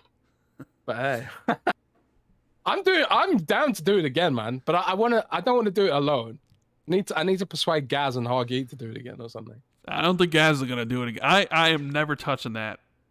Spicy food and me do not mix. Not doing it. Anyways, if you guys are enjoying the show, hit the like button, please, and subscribe as well. That would make my day. Thank you. So what were we talking about? We're talking about Slim, $3.99, all that sort of stuff. Quake 2 recently released. They held QuakeCon, and maybe to the surprise of no one, because it's sort of leaked already out there, but Quake 2 was released for every platform. People seem to really like it. Have you gotten a chance to check out Quake 2, Jez? Not really interested. Not really your thing? I was never a Quake player, so the nostalgia factor isn't there for me. So it would kind of just feel like an old dated game for me. I kind of feel like I got other things I need to play, like Baldur's Gate, you know. But I'm happy the franchise is being explored, I guess. I suppose if they are going to do a Doom 2016 style reboot of it, maybe give it some deeper differentiation from Doom, maybe go harder on the aliens or the chthonic kind of stuff. I'm interested to see what they do if they make a modern remake of it, or a reboot or whatever. But I'm not really interested in the classic one. Are you going to be playing that at all? No, Rand? like I said, the only Quake I've ever played was Quake 4 on the 360. I never played the other Quakes. I was always more of a Doom guy. So I'm not really interested in playing Quake 2. The more, I don't know, like I kind of see like, all right, here's Quake 1 remastered, here's Quake 2. It certainly does feel like its next game is going to be Quake related, doesn't it? Yeah, I'm kind of feeling that. It like sort of feels like this is all sort of leading up to a Quake reboot by id, which, you know, I'm all for. Id is an amazing developer. But then there's that Phil shirt where he had Hexen on there. And then even Phil, like on the couch with Jeff Grubb at Giant Bomb, was like, when they were talking about upcoming games, he kind of looked at him and was like, id, and he had this like really crazy expression on his face. Like, you wait till you see what they're making. And it's like, would Phil really be like that if it was Quake? You know, is Phil really that big of a Quake fan? Maybe they're doing something completely new, like something new and innovative and stuff.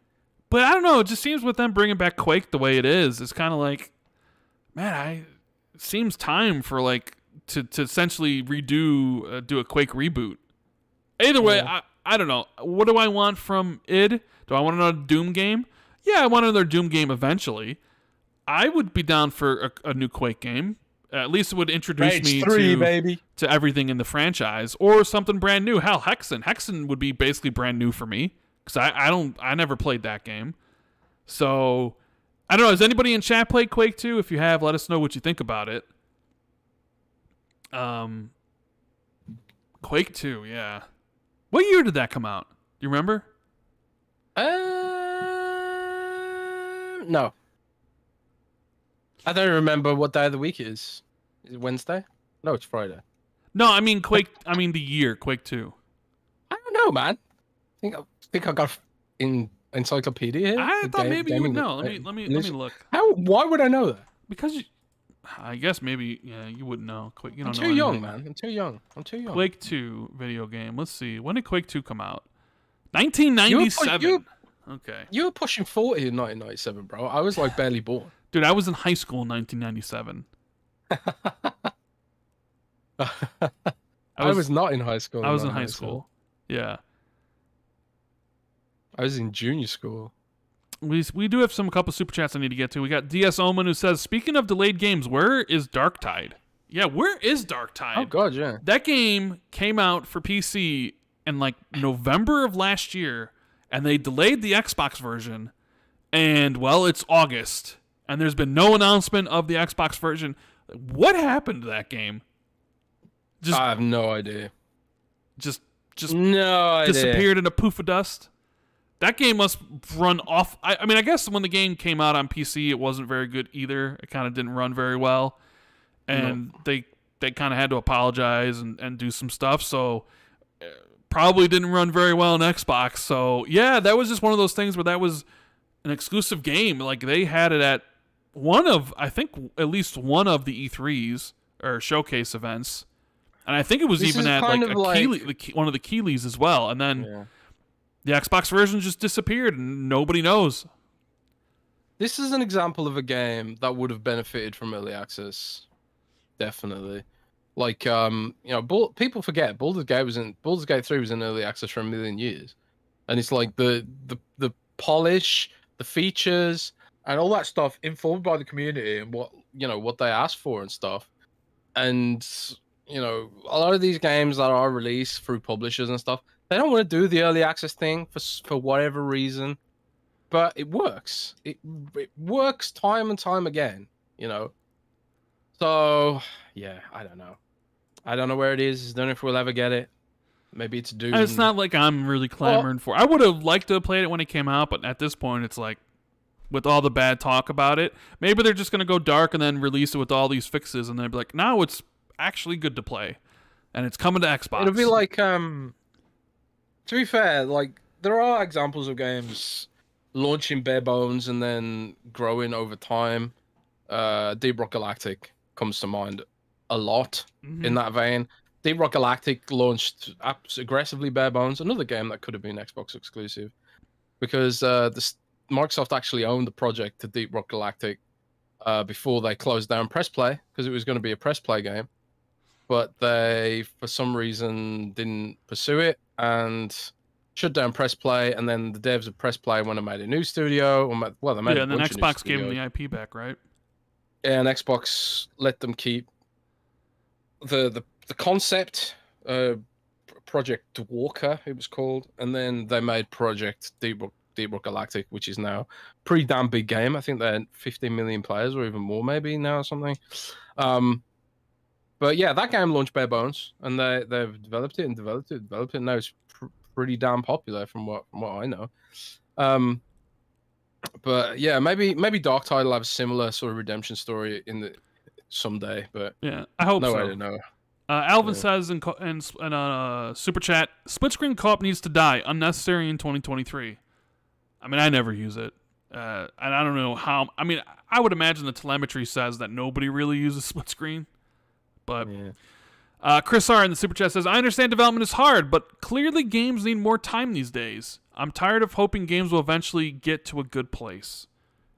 I agree. I don't know why they don't just all the publishers should just collectively sit down with all of their shareholders across all the different companies. Say, look, bitches, you're just gonna have to wait. You're just gonna have to wait a little bit longer. And this is why this is a good thing for a number of reasons. A, it gives our games more breathing space. So if there's less games to play, more backlog to explore, and all that kind of stuff. B, we'll release more polished games, make fans less piss off and reduce risk. And C, well, there is no C because the A and B was so great. So, yeah, I don't know. And we have Big Afroman says, do you guys think once the ABK deal is done, a ton more subs will tip the scale of subscribers and gain Xbox momentum and could be bound to reach the 360 era? So that's the other part of I had in the title because I was like, what do I put in here? The ABK deal, which the only reason we got to talk about is because something happened. It got approved in New Zealand, Jez. The Kiwis finally approved it after 8 delays. 8 delays! And they basically said it won't going to cause any difficulties or any lessen the competition. So they approved it, leaving essentially 2 countries left, Australia and the UK. Now, Canada hasn't approved or denied it, but then in Canada, I guess, missed their deadline, so it doesn't matter what Canada says. Yeah. Does it ever matter what Canada says? It doesn't really matter. Whatever. So there's like 41 countries that have approved it. Obviously, everybody thinks it's going to happen. Now, the CMA is supposed to release their, I don't know, like what they're supposed to release this week, so they can get more. I forget exactly what, because I've sort of stopped really checking on what ABK stuff is doing because it's like we've talked about it and the Ultimate, where it's like the ABK deal like peaked, like with the trial. And with the FTC getting shut down. Even though the FTC, I don't know if you saw Foss Pants today, he said the FTC filed their appeal thing under seal or whatever. That's just the old appeal. And that once the deal goes through, that appeal doesn't mean anything, right?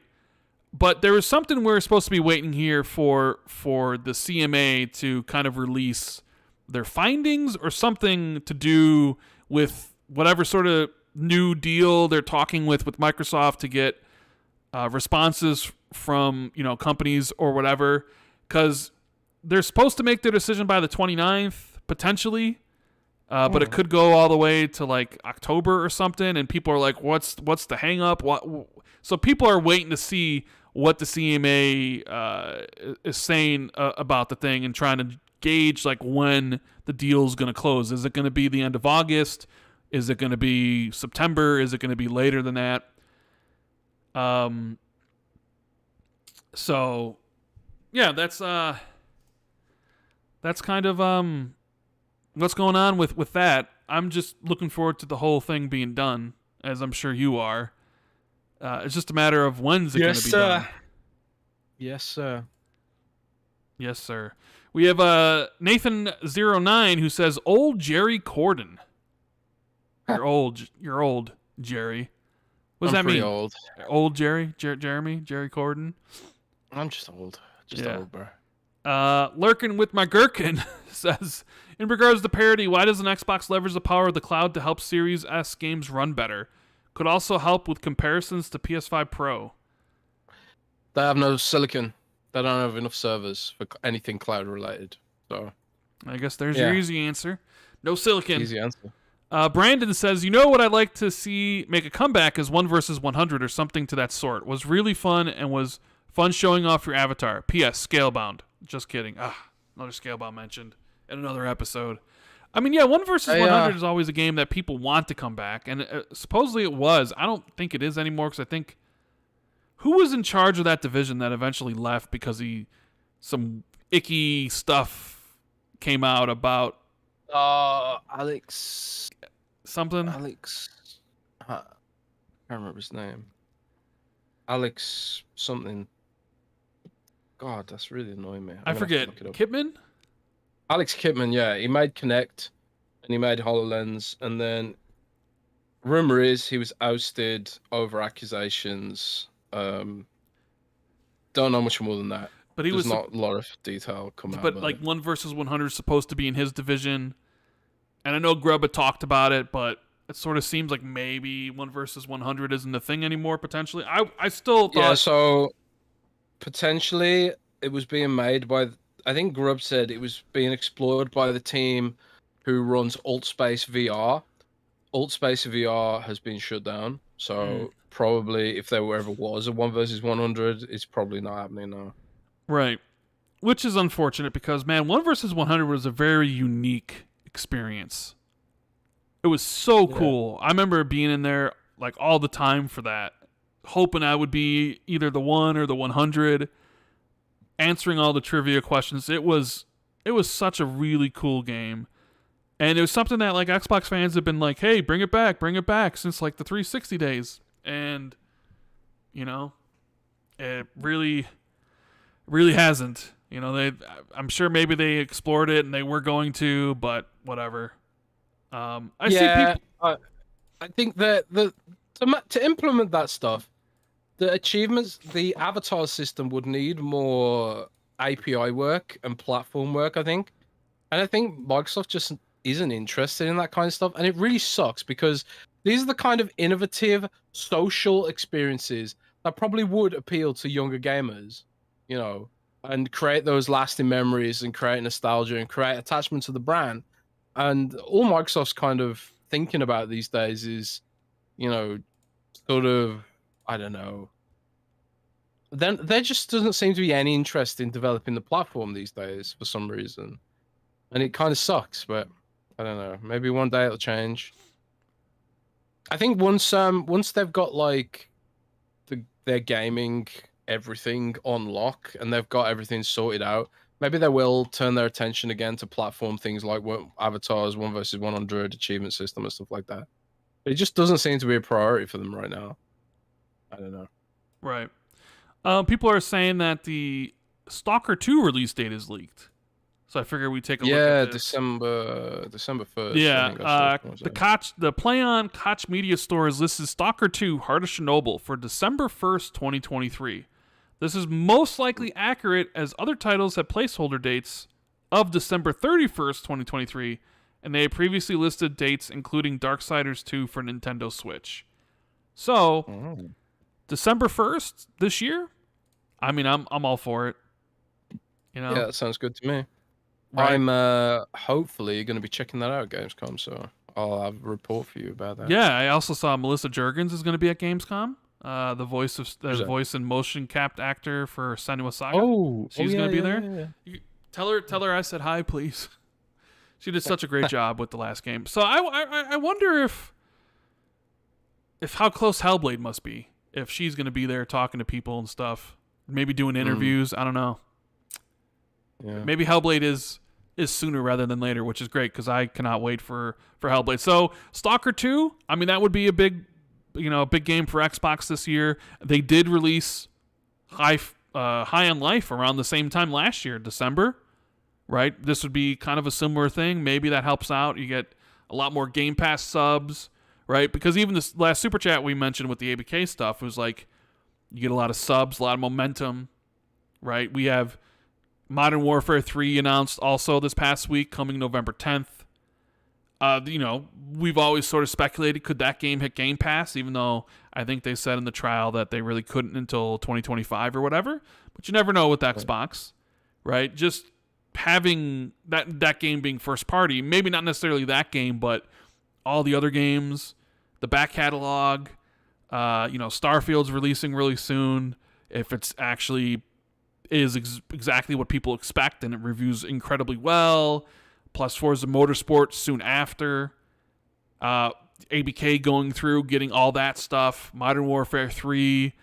And then who knows what 2024 brings outside of the already announced games like Avowed and Hellblade and Towerborn.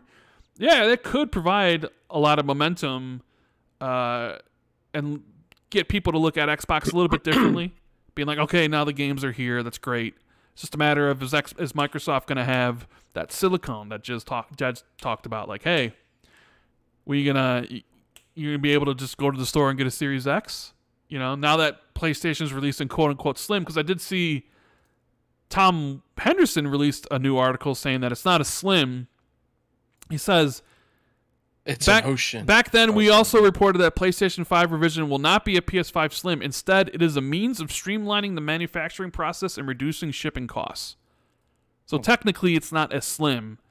It's just a new version of the PS5 with the detachable disk drive, basically so that they can cut costs of making it.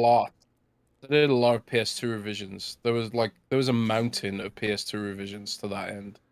So it's not unheard of that they do this. People just call it the Slim because it's almost habitual, I guess. Yeah, pretty much.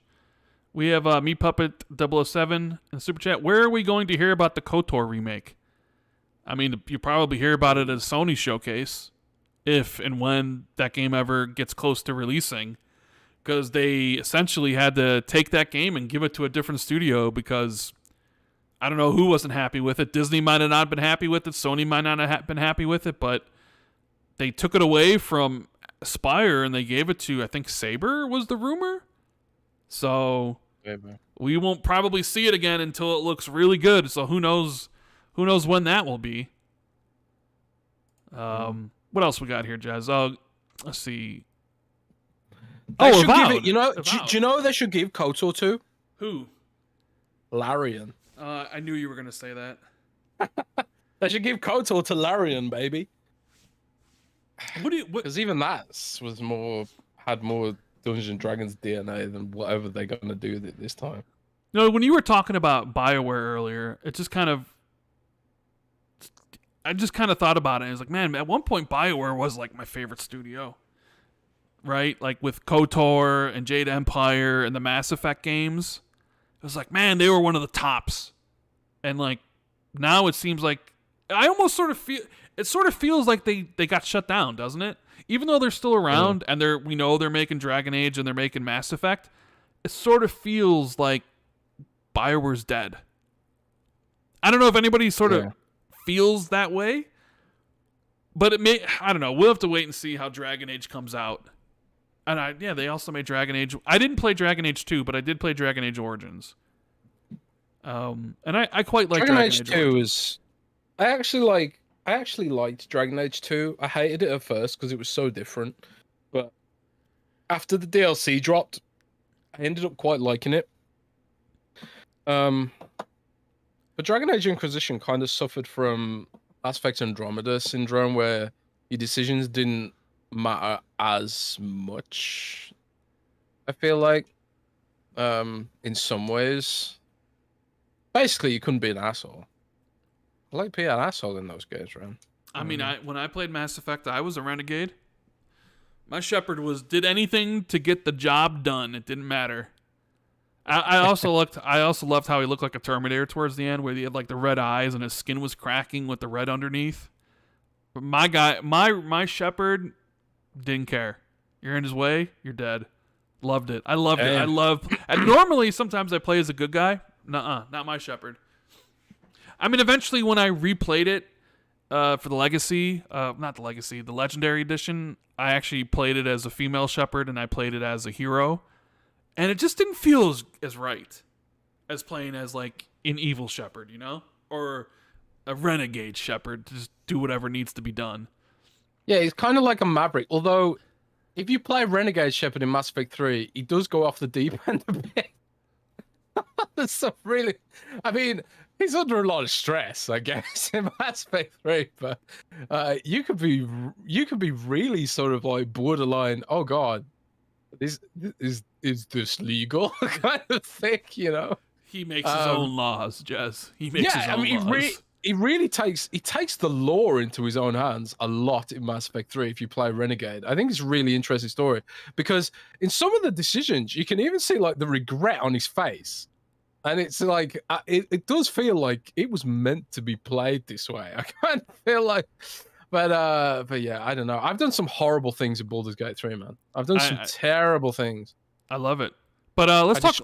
Destroyed a whole family for a witch just to get +1 wisdom. I mean, you got to do what you got to do. But let's talk about Avowed, because it's kind of do that in Avowed too, bro. It's kind of ties into a leak you had earlier, where there was like a new video on their website or on the YouTube channel, and they talked and I forget who Rod is. Ferguson. I was gonna say Rod Ferguson, but it's Fergus.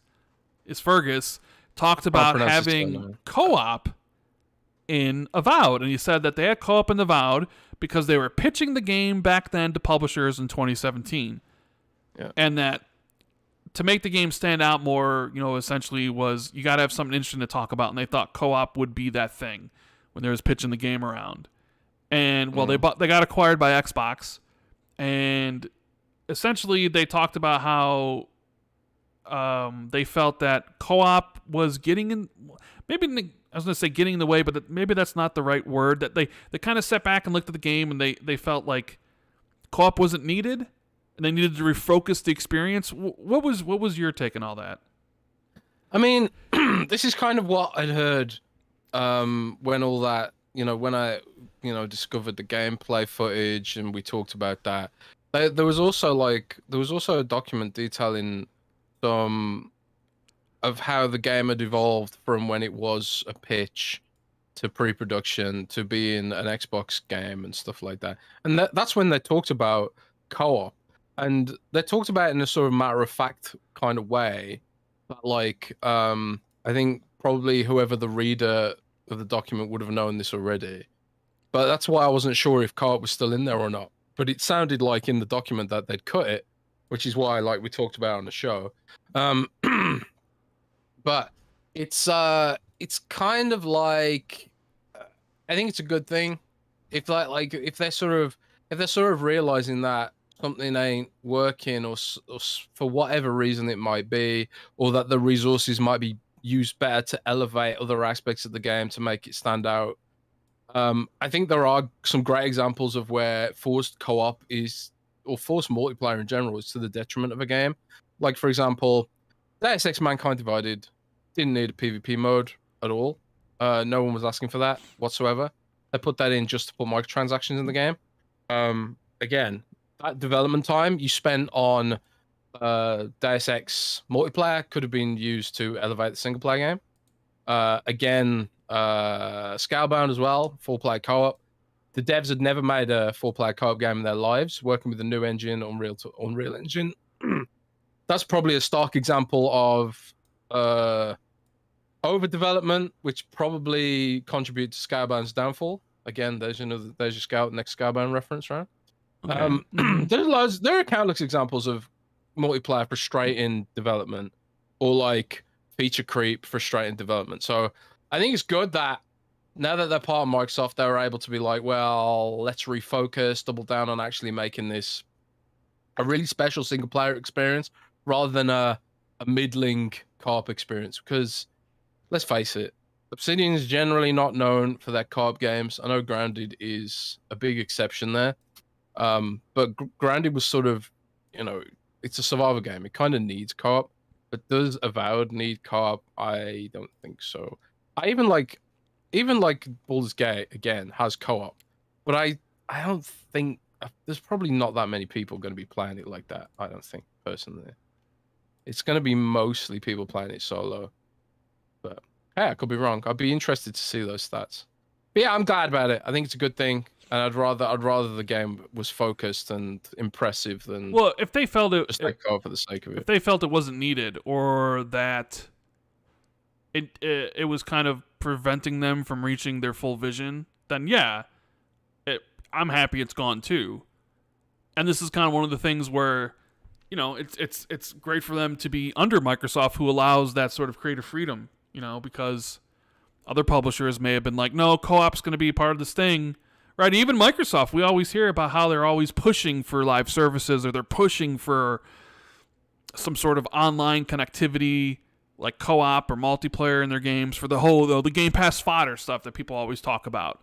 Well, here you got Avowed, big RPG coming in from Obsidian, and I'm sure Microsoft would have wanted a co-op element, because that kind of adds that whole oh, you're going to get Avowed? Okay, I'm going to get Avowed. Oh, well, you can get Avowed too, and we can play it together, download it on Game Pass or buy it, right?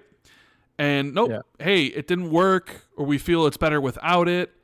And then you're in this situation where maybe it's one of the reasons why the game is taking longer to come out, because they looked at it and were like, this isn't what we wanted. Let's take this thing out, but then we need to kind of refocus everything, so it's going to take a little bit longer.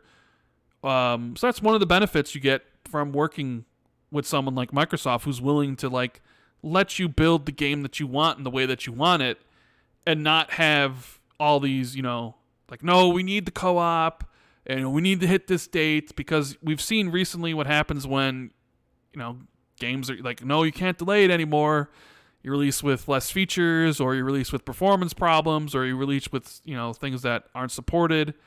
So the fact that they're happy with it, and it was like, no, this isn't something that was working, we need to just do what we're really good at. Like, that makes me excited, Yeah. Because I honestly, I know some people were off about the visual style they've gone with, but I don't know, it doesn't bother me that much. I mean, it'll look better when we see it again, probably when they've implemented more lighting techniques and stuff like that. But it's about how it plays, man. Like, is it going to play like the Outer Worlds? If it does, then I'll be happy, because the Outer Worlds is bloody great.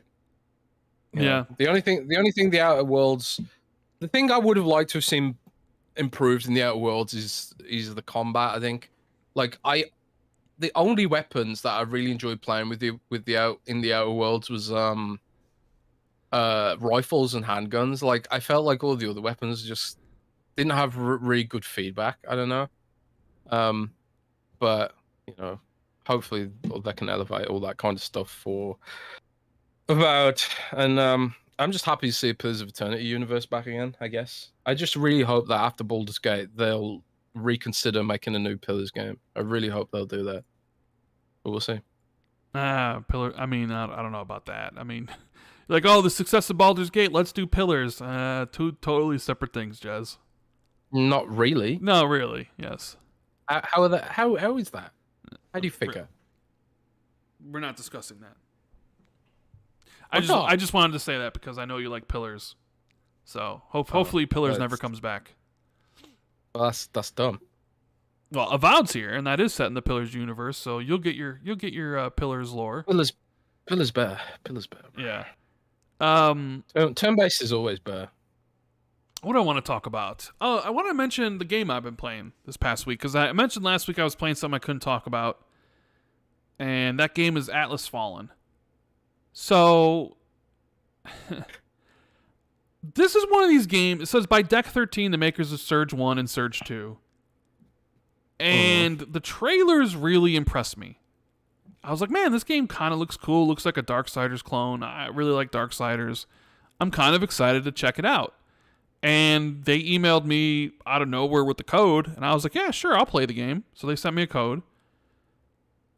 And boy, Jez, the first 15, 30 minutes of that game, I wanted to turn it off and delete the game. I can't tell you the last time I experienced the intro of a game that literally made me want to stop playing a game like that. Because, like, the beginning of the game is not, it's tutorial, but they kind of throw you right in. And you just, like, the voice acting is so atrocious that it sort of ruins a lot what the game's trying to go, especially with the story. Because it's like you don't want to listen to these people because the acting is that bad. So you're just sort of like reading what's being said. It's like, okay. And then you end up not caring about the story, right? And I was just like, this is awful. Like, I was like, oh my God, did I just get duped? Because it was like, well, I watched the trailers and, oh man, it looks really cool with the combat. And then finally kind of get into the combat proper. And it became better. Like, initially I would have been like, this is like a 4 out of 10. But then once you got the gauntlet and you started getting the powers and expanding on that, I sort of felt it kind of went up to like a 6, where the combat made the game better, but it couldn't overcome the awful voice acting with the kind of bad story, with a world that wasn't really super interesting, right? A lot of the missions were just your typical go here, pick this up, go here, go that. Like the variety in the missions weren't exciting either. What the game does well is like the movement, is that combat, but it's not that good of a combat system to overcome all of its flaws, right?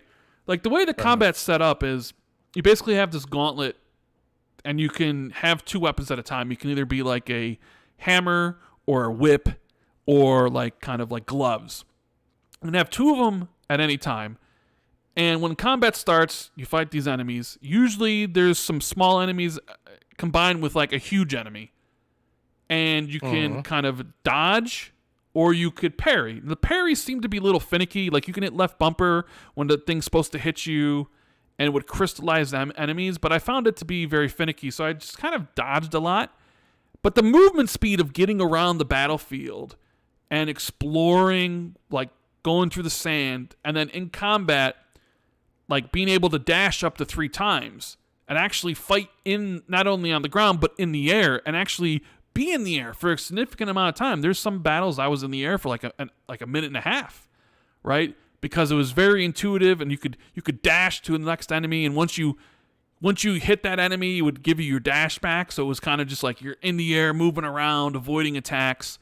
And as you attack, it has a very interesting risk-reward system, where as you attack, the bottom left bar called momentum fills up. And these essence stones that you place in there, you have these passive effects and then an active effect. So these passive effects, you'd be like, all right, as you attack enemies and the bar builds, suddenly one of your passives will essentially become active, and then it's like, oh, you do more damage, or you heal more, or you essentially could take less. There's a whole bunch of these essence stones. There's like 100 of them, right? And they all give different properties. Some of them are like, oh, if you do this maneuver, it'll stop this enemy for 10 seconds, right? So as you have like 3 passives in the first slot, 3 passives in the second level, and 2 in the third. So like as you essentially attack enemies, you unlock these better abilities. Then there's ones you can actually use by holding the left trigger. And the longer you attack and get into the other bars, the other levels, you do more damage. So not only do you do more damage, you also get access to better essence stones, like more damaging, or can heal more, or do less damage and stuff, right? And then you get to level 3 and you get to like the really tough ones, the really ones that deal out a lot of damage. And all that time, your weapons are changing.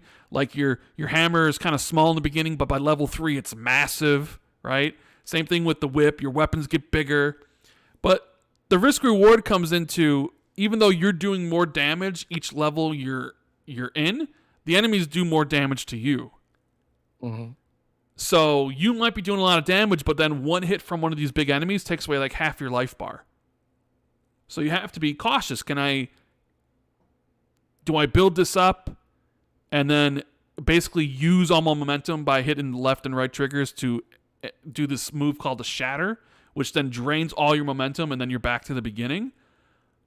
That was really the fun aspect of the game, was getting into the combat, moving around, dodging, and just having fun breaking down the different enemies. But it didn't last for long because that's all there really is to the game. Because the story's just stupid. The voice acting's awful. All the sort of quests are just the same thing over and over. And like the world itself isn't that interesting to explore. It all has the same visual palette. It's all just sand, so it's all just brown. Desert, right? So it's just like, it's a game that, I don't know, this is on me for like watching the trailers and getting excited and maybe having this expectation of the game in my head and then playing it and being like, wow, this isn't what I thought it was going to be, and sort of just being disappointed. So it's like, for anybody read the reviewer, bro. Well, I mean, I was playing it, before there were any reviews, so how was I supposed to know, right? Oh. So yeah, I beat the game because I always beat every game because I'm the opposite of Jez. This is how I am. But you've got time to waste, is what you No, said. I don't got time to waste. It was just, I played it. I'm going to beat it. I wouldn't recommend it, really, to anybody. Not at this price point. I think it's $60. I would definitely not recommend it at that. I would wait for it to come down. But honestly, there's so many better games out there to play.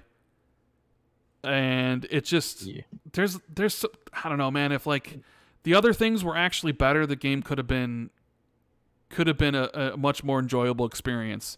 I mean, you can play it in co-op, and I didn't play it in co-op, so maybe that could increase your enjoyment factor. doing the battles with somebody else. It's just like, man, if they took this combat and the movement system and they applied it to a different game, it could have been so much more. And instead, it's just a mediocre experience that's not worth the $60 in my opinion. That is. Yeah, I kind of my reviewer kind of echoed some of your sentiments, especially about the essence stones and stuff like that. But yeah, it looks like it's just going to be a game I just skip. There's too much other good stuff coming out to play sort of some of these AA games. But this is what I'm talking about, man. In a world where development cycles were longer and there's, I don't know,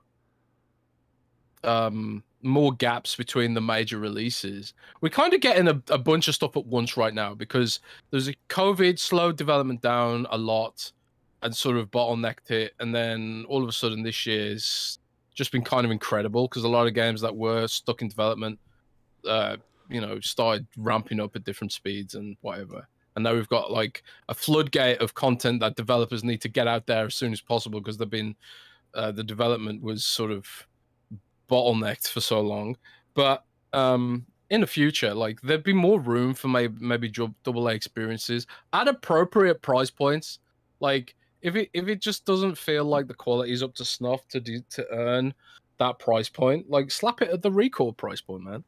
I thought Recore had a great price point for what it was, and it came out, and Recore's a game I actually completed.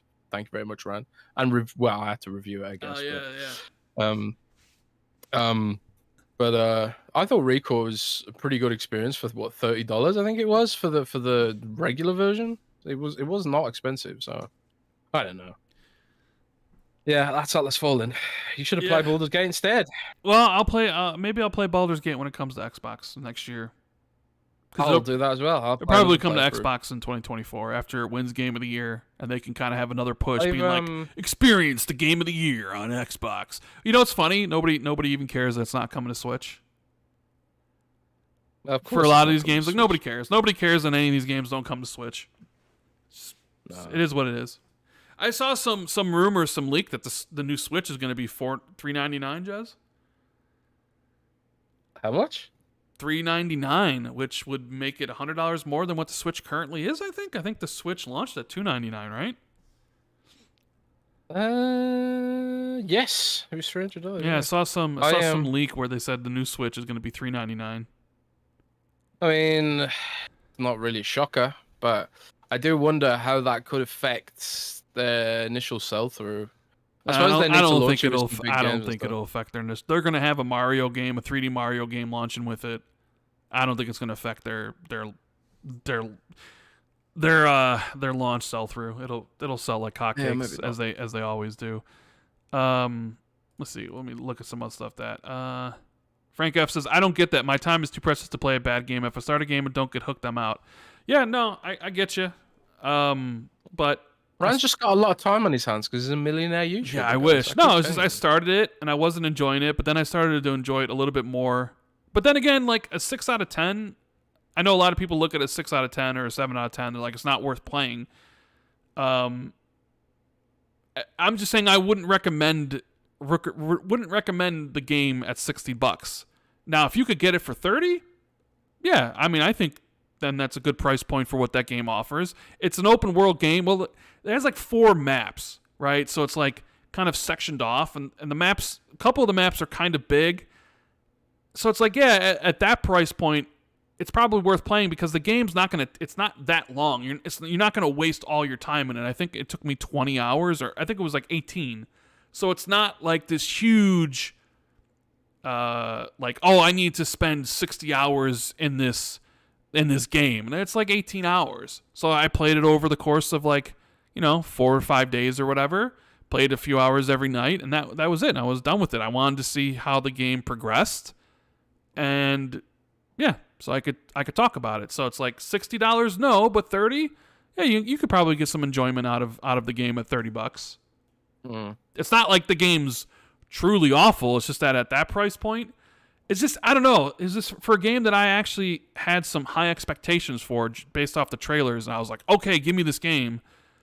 And then the combat's sort of living up to it, but everything else not. It was just, it was an interesting crossroads for me, and it's not like I always finish every game.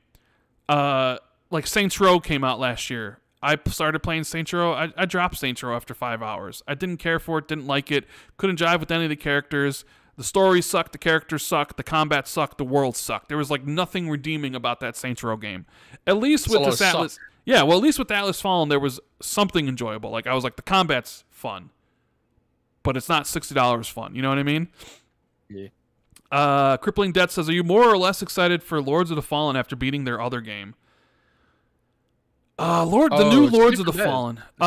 Who's different dev? Yeah, who's making? I didn't play Lords of the Fallen. Who's making the new Lords of the Fallen? Did I play their previous game? So CI Games and Deck 13 kind of split or something at some point. I can't remember the exact story about this, but I think the original Lords of the Fallen was developed by. The original Lords of the Fallen was developed by Deck 13, which is the people that just made Atlas Fallen, and they did Surge 1 to Surge 2. Yeah, and then but some of the devs split off from them and made CI Games, I think. Okay.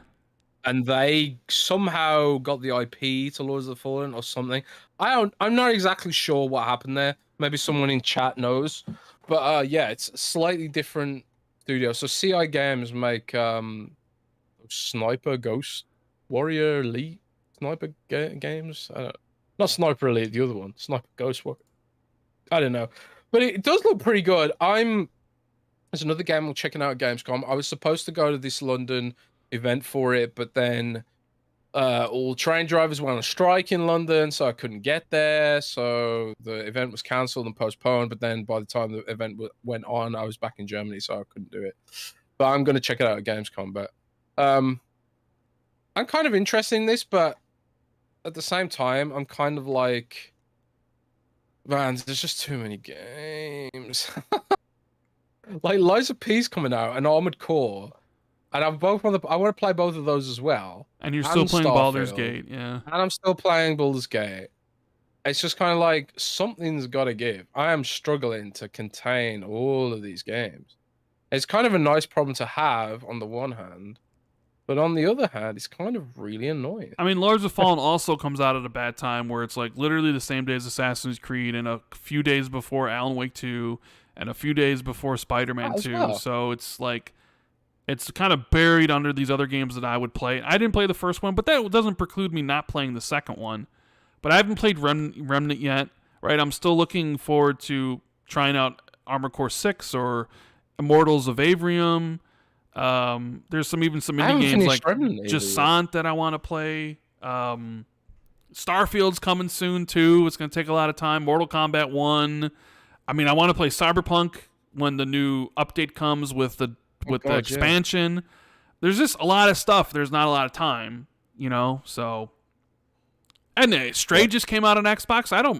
Stray's short enough where like I could easily just pop down and just finish Stray because I already beat the game once, and it's like, okay, well, why not? I'll go through it again. I like getting my, there's like some of those games where I'd rather have on my profile that I played it and got the achievements, and Stray's one of them, where I enjoyed it enough last year. I didn't think it was worthy of the Game of the Year nomination, but where it's like, okay, yeah, I mean, I could go through it in 2 hours and beat it again, you know? Rand, it's got a cat. I don't mind that it's got a cat. Maybe it should have been a dog, though. Baldur's Gate's got a dog. Yeah, Baldur's Gate's got everything, apparently. That's what we should name this episode. You can even play fetch with the dog.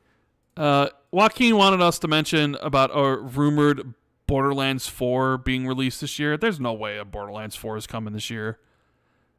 Because Idle Slot tweeted out, rumor Borderlands 4 possibly could be released in holiday 2023, according to Nadia D. LinkedIn profile. So there's been some talk that maybe Borderlands 4 is in development and may come out. I wouldn't be surprised if Borderlands 4 is in development. It's a huge franchise. I just most doubt overrated franchise. I just doubt it would release this year. And, I mean, this holiday, I mean, that's a couple months from now. They're not even announced yet. Yeah, maybe holiday next year. Didn't someone buy Gearbox? Was that Embracer? Embracer bought them. Oh, yeah. Embracer just embraces everything. They sure do. So, yeah, if you guys are enjoying the show, make sure you hit the like button and please subscribe if you're new.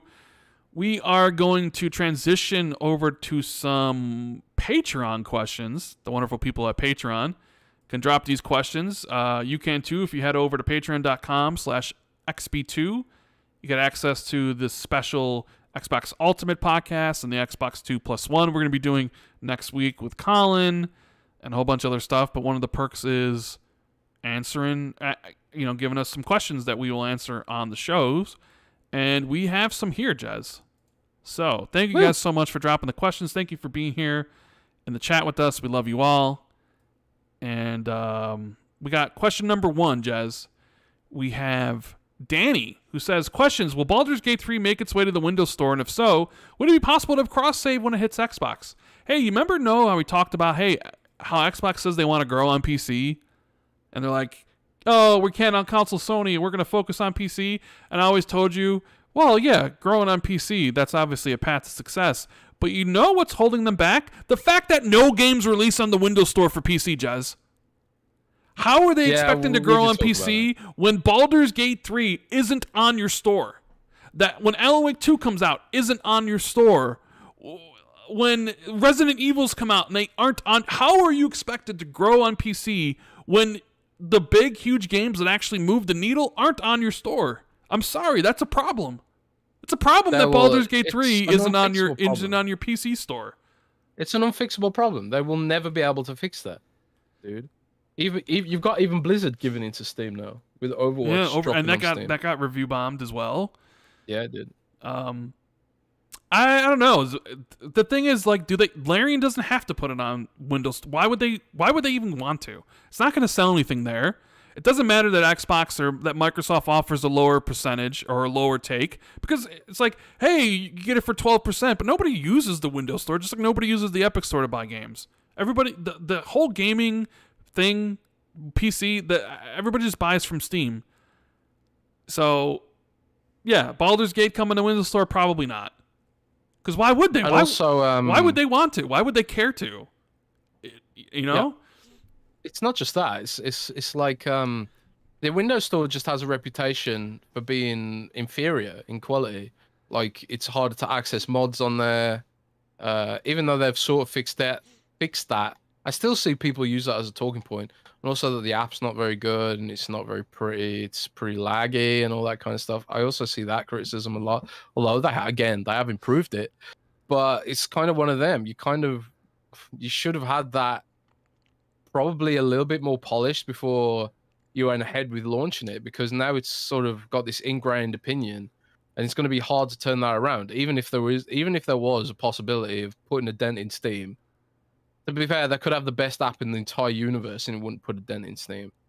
But we'll see what happens. I mean, if they've got Activision Blizzard and they can potentially change user habits with their new stuff, there's a small chance, a small opportunity, maybe. Because we've seen Amazon with their perks stuff with Amazon Prime. Blizzard people always go to Amazon to get their Twitch perks or whatever they're called. I can't remember what they're called off the top of my head. But it's like gaming with Amazon, and if you connect your account, you get like a free dog or something in World of Warcraft and free Carth Tome packs and that kind of thing. They are starting to do that increasingly for Game Pass. And in fact, even Overwatch, I think, has some premium perks right now for Game Pass Ultimate. So if they can start getting users to look into it more often, maybe that can change things. But I don't know, it could be a while before we start seeing any sort of big name games come into the platform there. But I don't know. I mean, I think the only way it comes is if, one, they buy Larian, which probably isn't going to happen, or two, they pay for the Baldur's, they pay for them to port the game to the Windows Store, or they pay them to release it on the Windows Store. That's it. Yeah, and they can't even get them to do Xbox Series S at the minute. So yeah, Eric says the Borderlands 4 thing. He says no, that was confirmed false. It's a live-action Borderlands series called Echo Vision Live. Is apparently what that LinkedIn post was. So there's that. By the way, Jez, I see we have the wonderful people at Valari sponsoring our show, and Jez is putting the links to the website or the affiliate link. The code is XB215, not XB2, Jez. Oh shoot. Okay. Just to let people know. If XB2 people are 15. checking out, getting the gaming pillow. Anyways, This isn't the document I've got that it's XB2. the the website that I was on said it was XB215. Either way, I'll look at that. we I have guess try both. we have Silas. It's a dark day. The world is at an end. A portal appears and you can escape to any game world to live out your days. Which one would it be and why? Note that you would be there as yourselves, not a character in the game. You need to survive on your wit and rugged good looks. What world would I want to be in?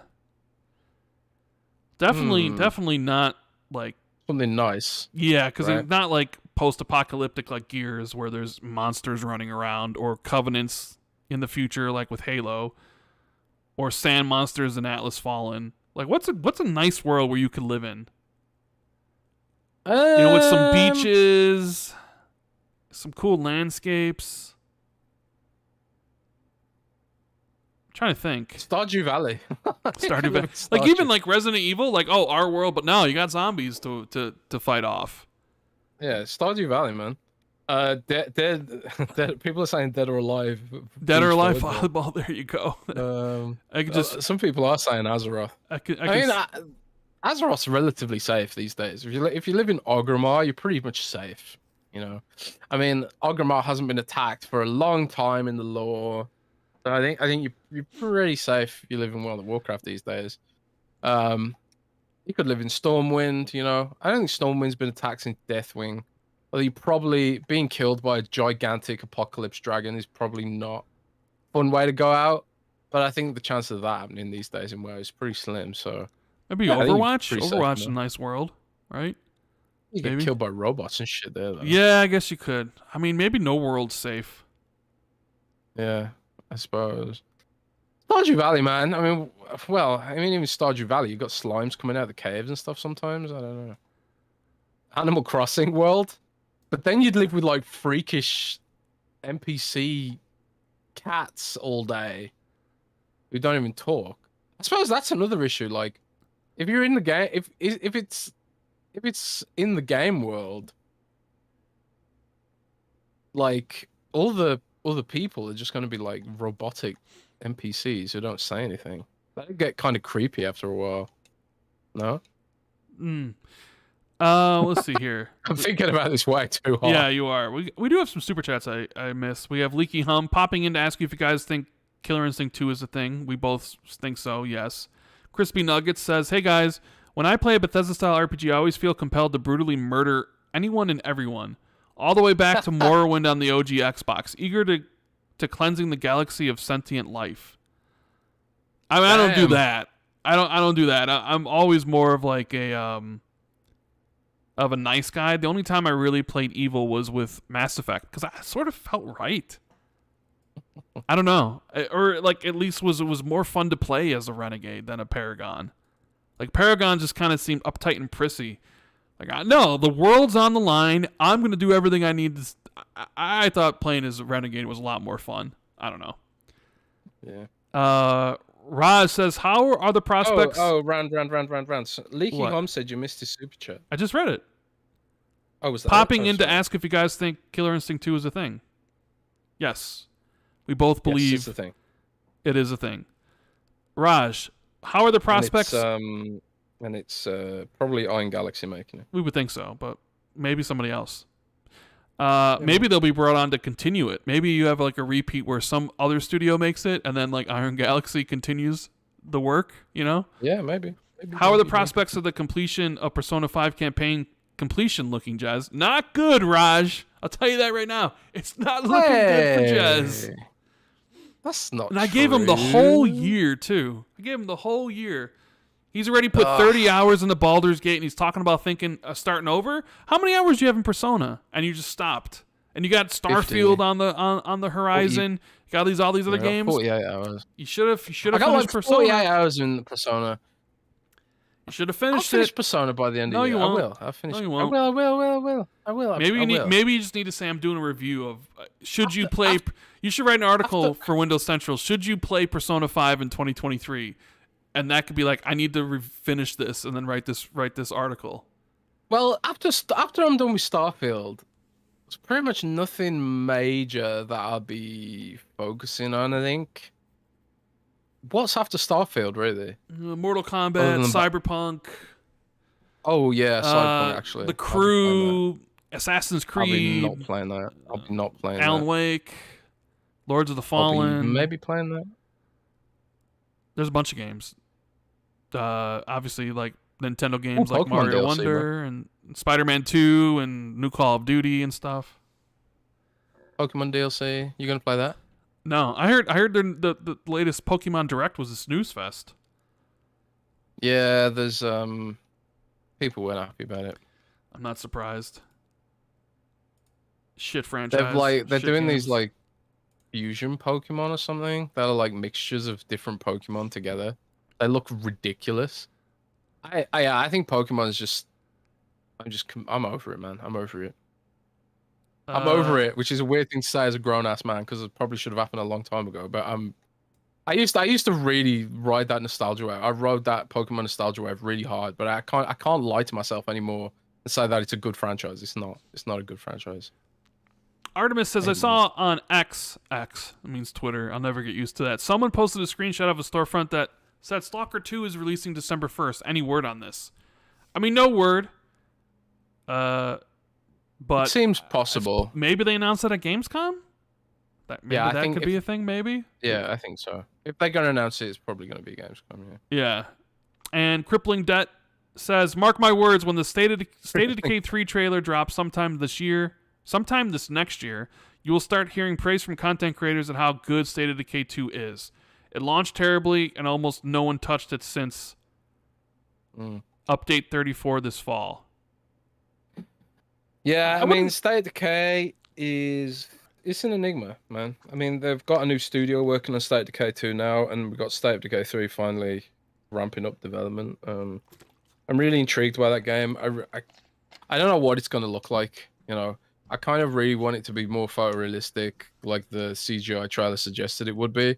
Otherwise, it's just going to be another round of false promises from Microsoft marketing. But we'll see. I thought people really like State of Decay 2 now because they've updated it a lot, right? Where, yeah, maybe it has launched poorly, but it has an aggressively passionate fan base, and it always has. Like even the first game does. So like there are like there's a small but passionate community around State of Decay. I suppose much like Killer Instinct in a way.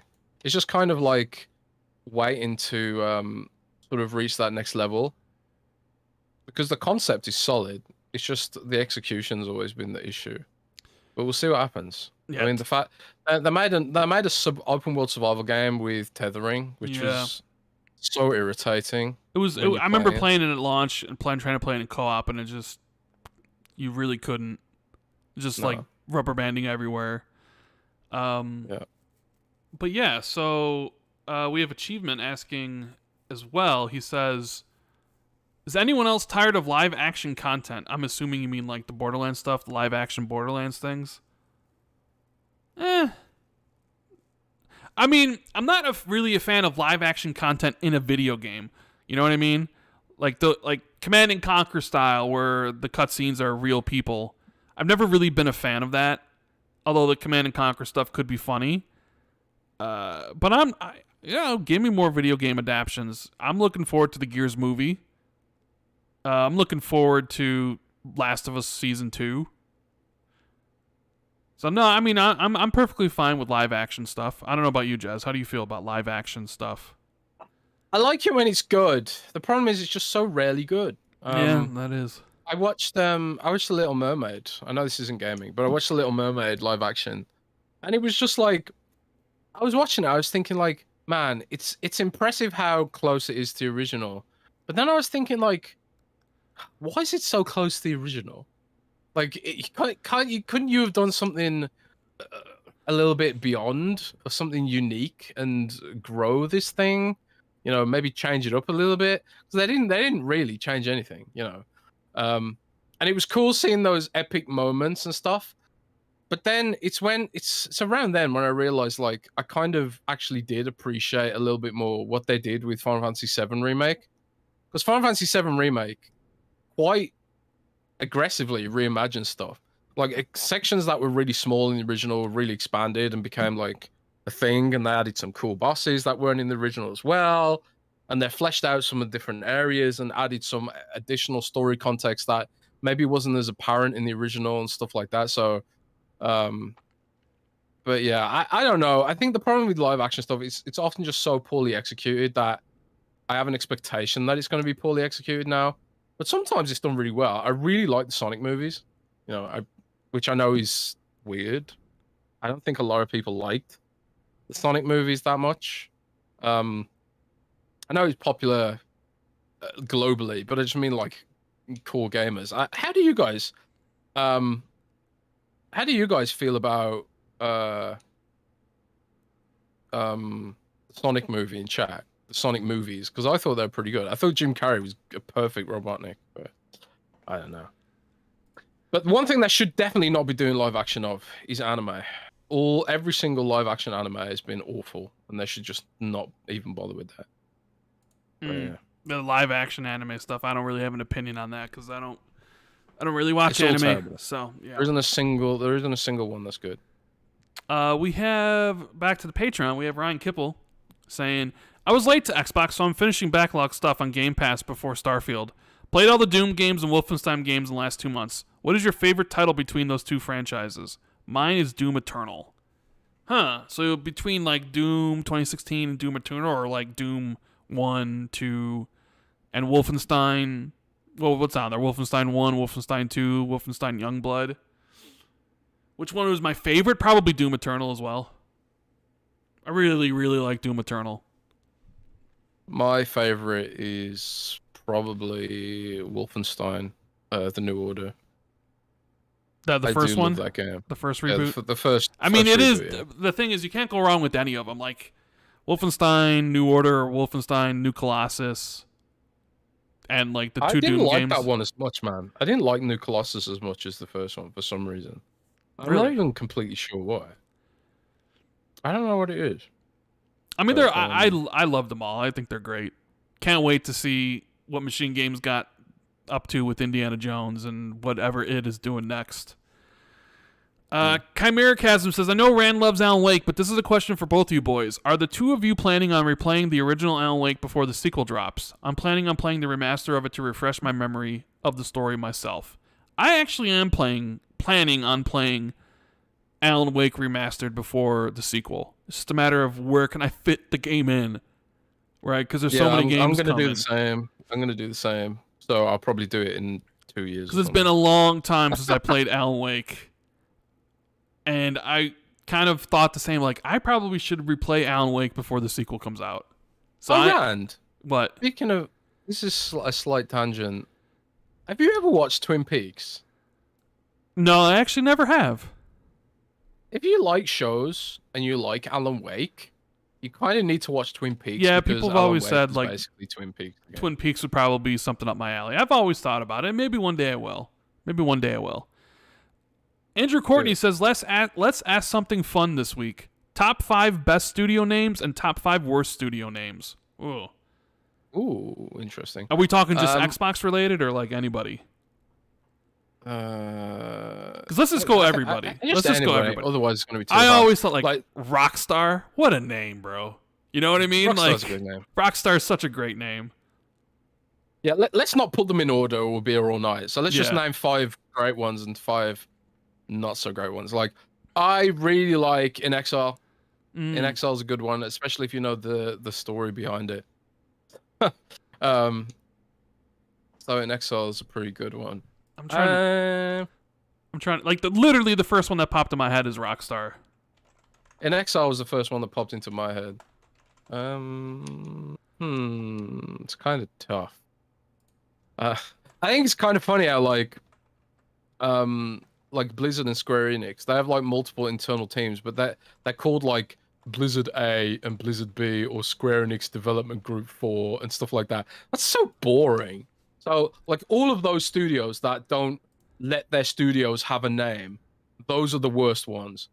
So whether it's Capcom Team 1 or Team 2, let them have a bloody name, guys. So those are all the worst ones. That'd be like 5. That'd be the 5 there. Undead Labs is a good name too. Gamefire just said that in chat. I really like Undead Labs. Do you think of any more? Lucky. I like Respawn. Lucky Zim says Raven in chat. Respawn's a good one too. Respawn's a good one because it's like a video. It's like, you know, it has some history. It's like Respawn's a video game mechanic. Like, I think that's really a really cool one. Yeah, I like that one too. Yeah, it's a good one. I'm trying to think of some other ones because like Blizzard, nah. Even trying to think of some Xbox ones. Raven in chat. Coalition's a pretty good one. You know what? I actually kind of like Insomniac. Insomniac's a good one. Like, because not being able to sleep. It sums up that Insomniac, game. Right? Yeah. I still think maybe the best one's Rockstar. There's so many studios we be here forever trying to think of their names and stuff. True that. But worst ones, like worst names. Square Enix Development Group B. Square Enix Development Group. Capcom Team 4, stuff like that. I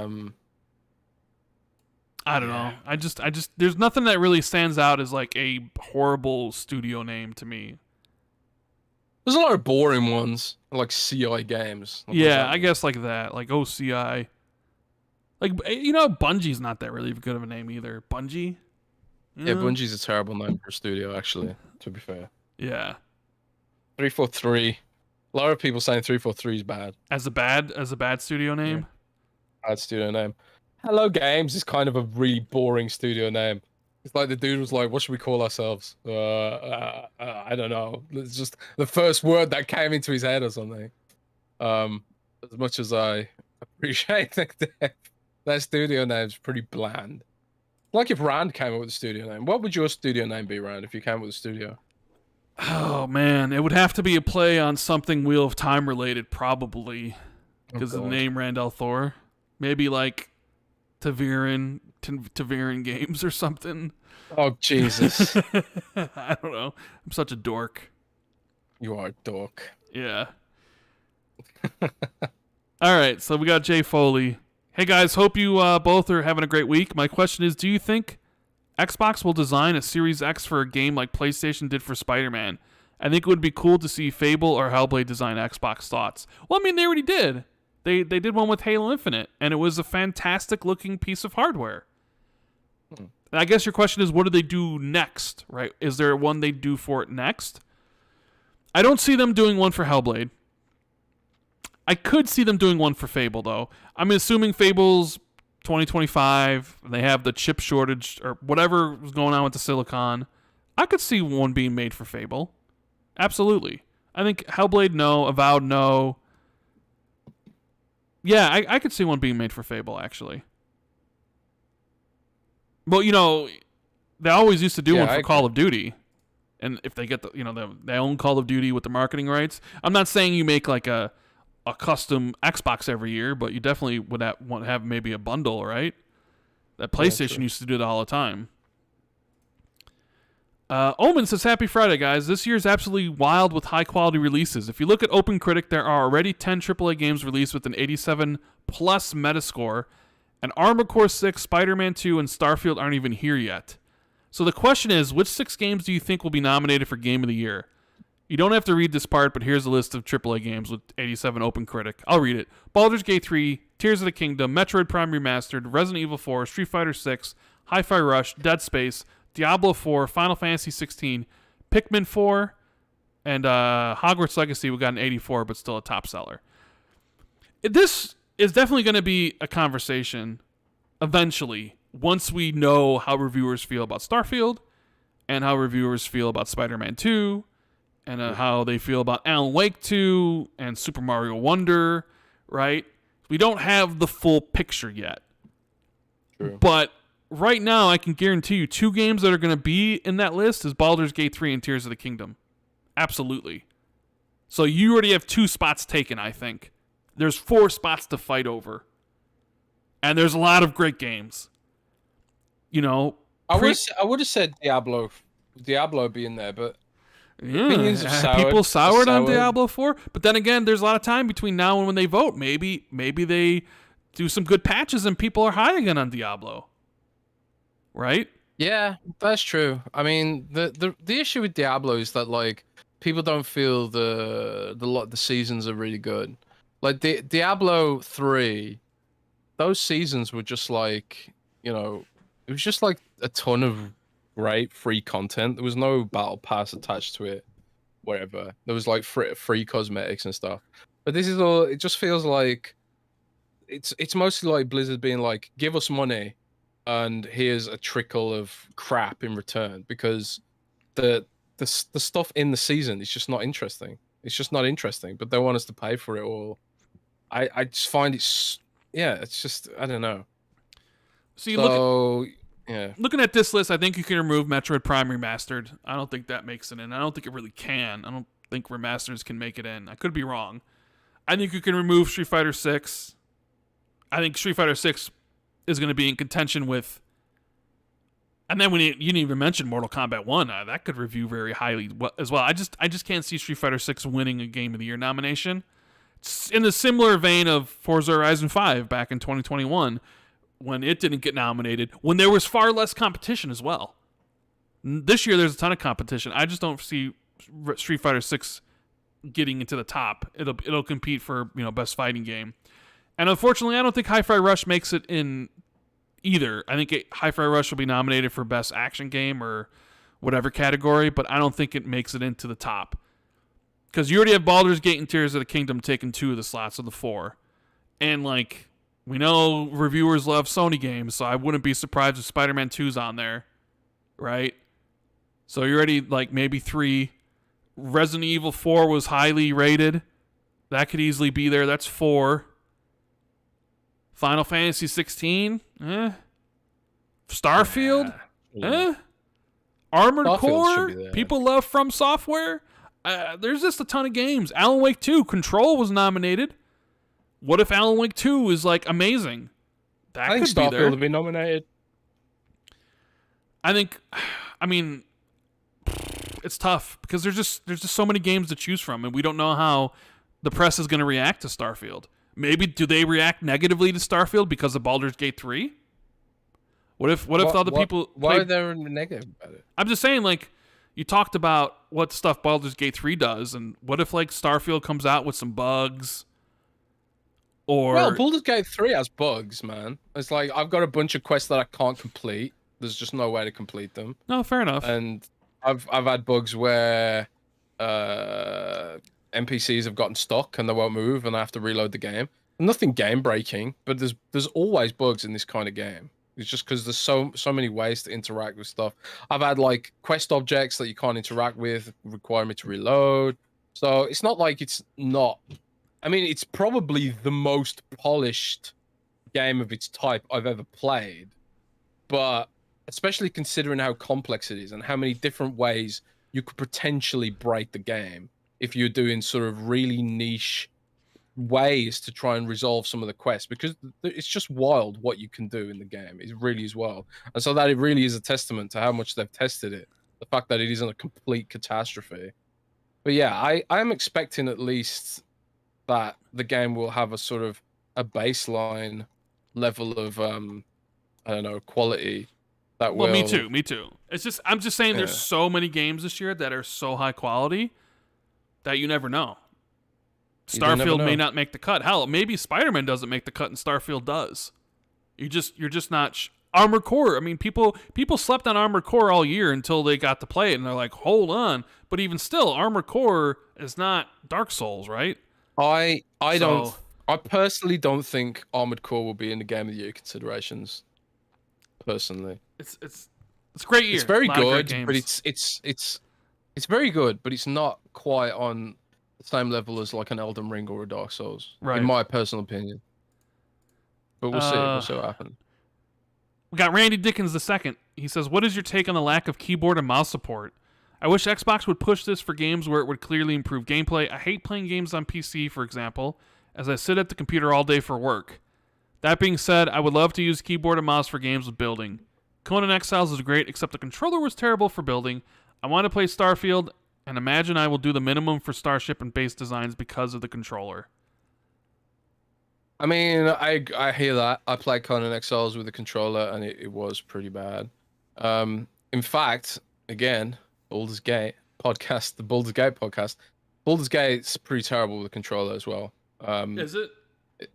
It's not terrible. It's playable, but they need to improve the cursor for picking stuff up, because sometimes, like for example, if there's a little tiny key on the table and the key's surrounded by other stuff, it's such a ball ache to get it with a controller.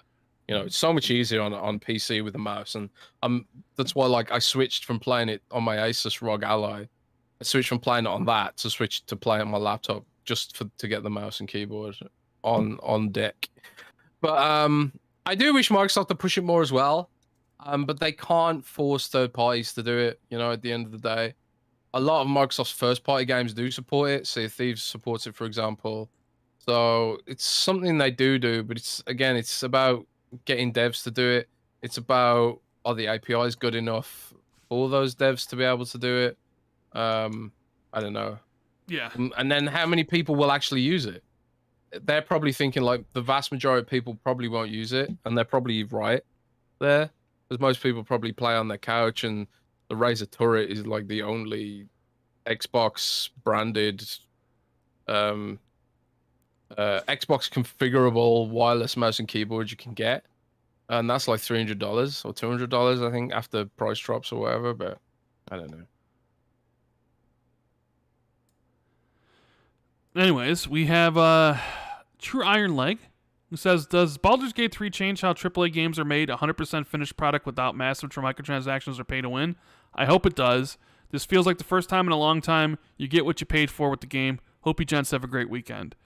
I would love to say that absolutely it will change everything, but the cynic in me says absolutely will not change anything. No, it won't. It won't change a thing. It won't change sadly. a damn thing. The only reason Larian can do it is because they're a privately held company without shareholders telling them what to do, and you know there's no corporatism within that company and that kind of stuff. That's really what it's to do with. It's about shareholders vacuuming up all the profit and all that kind of stuff. No, yeah, it's not going to change anything, unfortunately. Tommy says, why not drop the agreement that the Series X and S need to be on par with each other? It costs significantly less than the X. As a consumer, you can't get mad when it's not as good as the much more expensive and powerful X. You've made that choice. We're missing on the game of the year because of this nonsense. Have a great weekend, guys. Oh, Yeah. I agree entirely. I'll play devil's advocate here. Go on. You can't. You cannot. Why not? You cannot break the parity on the two. But the thing is, they already don't have parity because you don't have 4K resolution on those games. So Doesn't what's the matter. difference? 4K resolution is not a feature, though. Yeah, it is. No, it's not. A feature, No, it's not a feature. 60 frames a second. That's a feature. That's not a feature either. I would say it is. It's more of a feature than split screen, which no one's going to use. I mean, no, but I'm saying like Microsoft has a clause where it has to have feature parity, right? Where it's like They should ditch that clause. That's what he's saying. I'm just saying. Well, okay, this is me. I know. This is me playing devil's slope. This is me playing devil's advocate. This is not me like saying what I would want personally. The argument is, okay, we're missing out on a Game of the Year contender because of the Series S. I would also posit that I don't think they want to release the game on Xbox at the same time anyways, because Starfield. And they can get more out of the game coming to Xbox later after it wins Game of the Year than they would ever get it from launching it day one across Starfield. So even though I feel they are 100% truthful about the problems getting split screen to work on the Series S and how they can't launch the game at the same time because of the parity clause, I feel that they think this benefits them because they can get launch on the PC first and get all the acclaim and all the sales, drive up excitement on the PS5 and get those guys talking about how it's exclusive, quote unquote. And then when all the Starfield hype dies down and it gets a whole bunch of Game of the Year nominations, they can essentially then bring it to Xbox with another kind of breath at life for it. That's how I personally like kind of see it's happening. But when I'm playing devil's advocate here, Because once you do that, Jez, and say, okay, you're right, you know what? Don't worry about split screen on the Series S. Patch it in later when it's finished. Larian's a company that doesn't have any leverage. They're an independent developer making one game. What happens if Rockstar comes to you and it was like, hey, we're having problems with Grand Theft Auto 6 Series S. We don't want to make it for Series S. At all? I'm just saying all for whatever reasons. I'm just saying it starts down a slippery slope where you start saying, okay, yeah, you know what? No parity. Get rid of it. And then devs start pushing further and further. And now more devs having problems. Oh, well, yeah, you know what? This feature can't make it in. And eventually someone that has some clout might be like, yeah, you know what? We can't get it working on Series S. Let's just not release it on Series S. It kind of opens up that path. So you're Microsoft. You made the bed. You made the hardware. You made the laws, quote unquote. You have also a what's the word I'm looking for here? You've basically made a promise to people who bought the Series S that the only differences between the versions would be resolution and frame rate. Everything else would be the same. So you're not entitled, but you basically have to do it because of what you've said. So if you start breaking those, if you start saying, yeah, no, it's, this version, this feature on this Series S, not that big of a deal, drop it. Don't be surprised when more companies come to you and you might have to bend backwards. So devil's advocate, they have to stay strong and firm. And they have to put their foot down and say, no, we'll help you get it across the finish line, but absolutely we will not break on this. Because that could open up some very bad things. I disagree. I think once, I mean, you don't have to bow to Rockstar. The rule could be that you have to launch on Series S with everything that it has, except for split screen, because it seems to be just split screen that's causing the issues. That's how I do it, personally. And then you just have to put on the Series S box that, I mean, I'm pretty sure they've done this already to future-proof themselves. Not all features might be available on every version, some bullshit like that. I'm sure they've already got that in there anyway because of 1080p, 60 frames, 30 frames. Some games are 60 on Xbox, some games only 30 on the Series S. Generally, it is 60 everywhere, but when Chivalry 2 launched on the Series S, it was only 30 frames per second. They did patch it later, but I think it's unfair to ask for devs to accommodate the Series S because Microsoft made that bed, and clearly they didn't make it with split screen in mind. Sure. So if a dev wants to add split screen, then it's unfair of them to try and get blood out of a stone. They just have to. I mean, Microsoft themselves are struggling with split screen on the Series S, so they should just concede that split screen is just something the Series S can't do. I would rather see that than Baldur's Gate not launch on the Series X. Yeah, but what if I told you Baldur's Gate wasn't going to launch on the Series at the same time anyways, no matter if there was having problems or they weren't? But Baldur's Gate is one example. Like, sure, it could easily be that other games won't. I'm just saying, devil's advocate wise, it opens up a very slippery slope for them if they basically start breaking that. Yeah. So, but I mean, personally, I don't care. I don't have a Series S, so. But then again, also at the same time, if Baldur's Gate was coming out the 31st or September 6th, the same day as it is on PlayStation, I wouldn't play it anyways because I'd be playing Starfield. So, yeah. Saucy Mod says, no one is off limits. What superhero game are you bringing to Xbox and who's making it? Spawn, the Coalition. Yeah, there you Boom. go. Who, Spider-Man, Insomniac. Are you a big Spider-Man fan? No, I'm just saying, like, who would you bring over? And there's no limits. I'm somehow getting Phil Dominus, Maximus Aurelius Spencer to basically to bend Disney and Lucasfilm to essentially make them put the game on Xbox like MLB The Show is on Xbox. And Insomniac and Spider-Man just become a multi-platform dev. There you go. But realistically, if it can't be Spider-Man and it's got to be something new, I mean, I've always wanted a Superman game, right? And Rocksteady's been there forever. Who knows about Justice League? But like my game I've always wanted is like a Justice League experience. You get Batman, you get Superman, you get the Flash, you get Green Lantern, you get Wonder Woman all in one game. That's like the coolest shit. And you could like play as certain characters at certain points or something. Like how cool would that be? That'd be so epic. If not Justice League, at least a Superman game. I don't know. That's what I want. I want to see a AAA Judge Dredd game. Judge Dredd, that'd be cool. Yeah. Like the Rebellion, Judge Dredd is wasted at Rebellion. I'm sorry, it is. Rebellion is just sitting on that IP doing nothing with it. It's really lame and shocking to me that they do so little with that IP when it's like it's globally recognizable and you're doing nothing with it. What are they thinking? You know, they're just making like 10,000 Sniper Elite games. Nah. So yeah, I don't know. I'm calling you out, Rebellion. Where's my Judge Dredd AAA game? There's no excuse. I'd play that. I love Judge Dredd.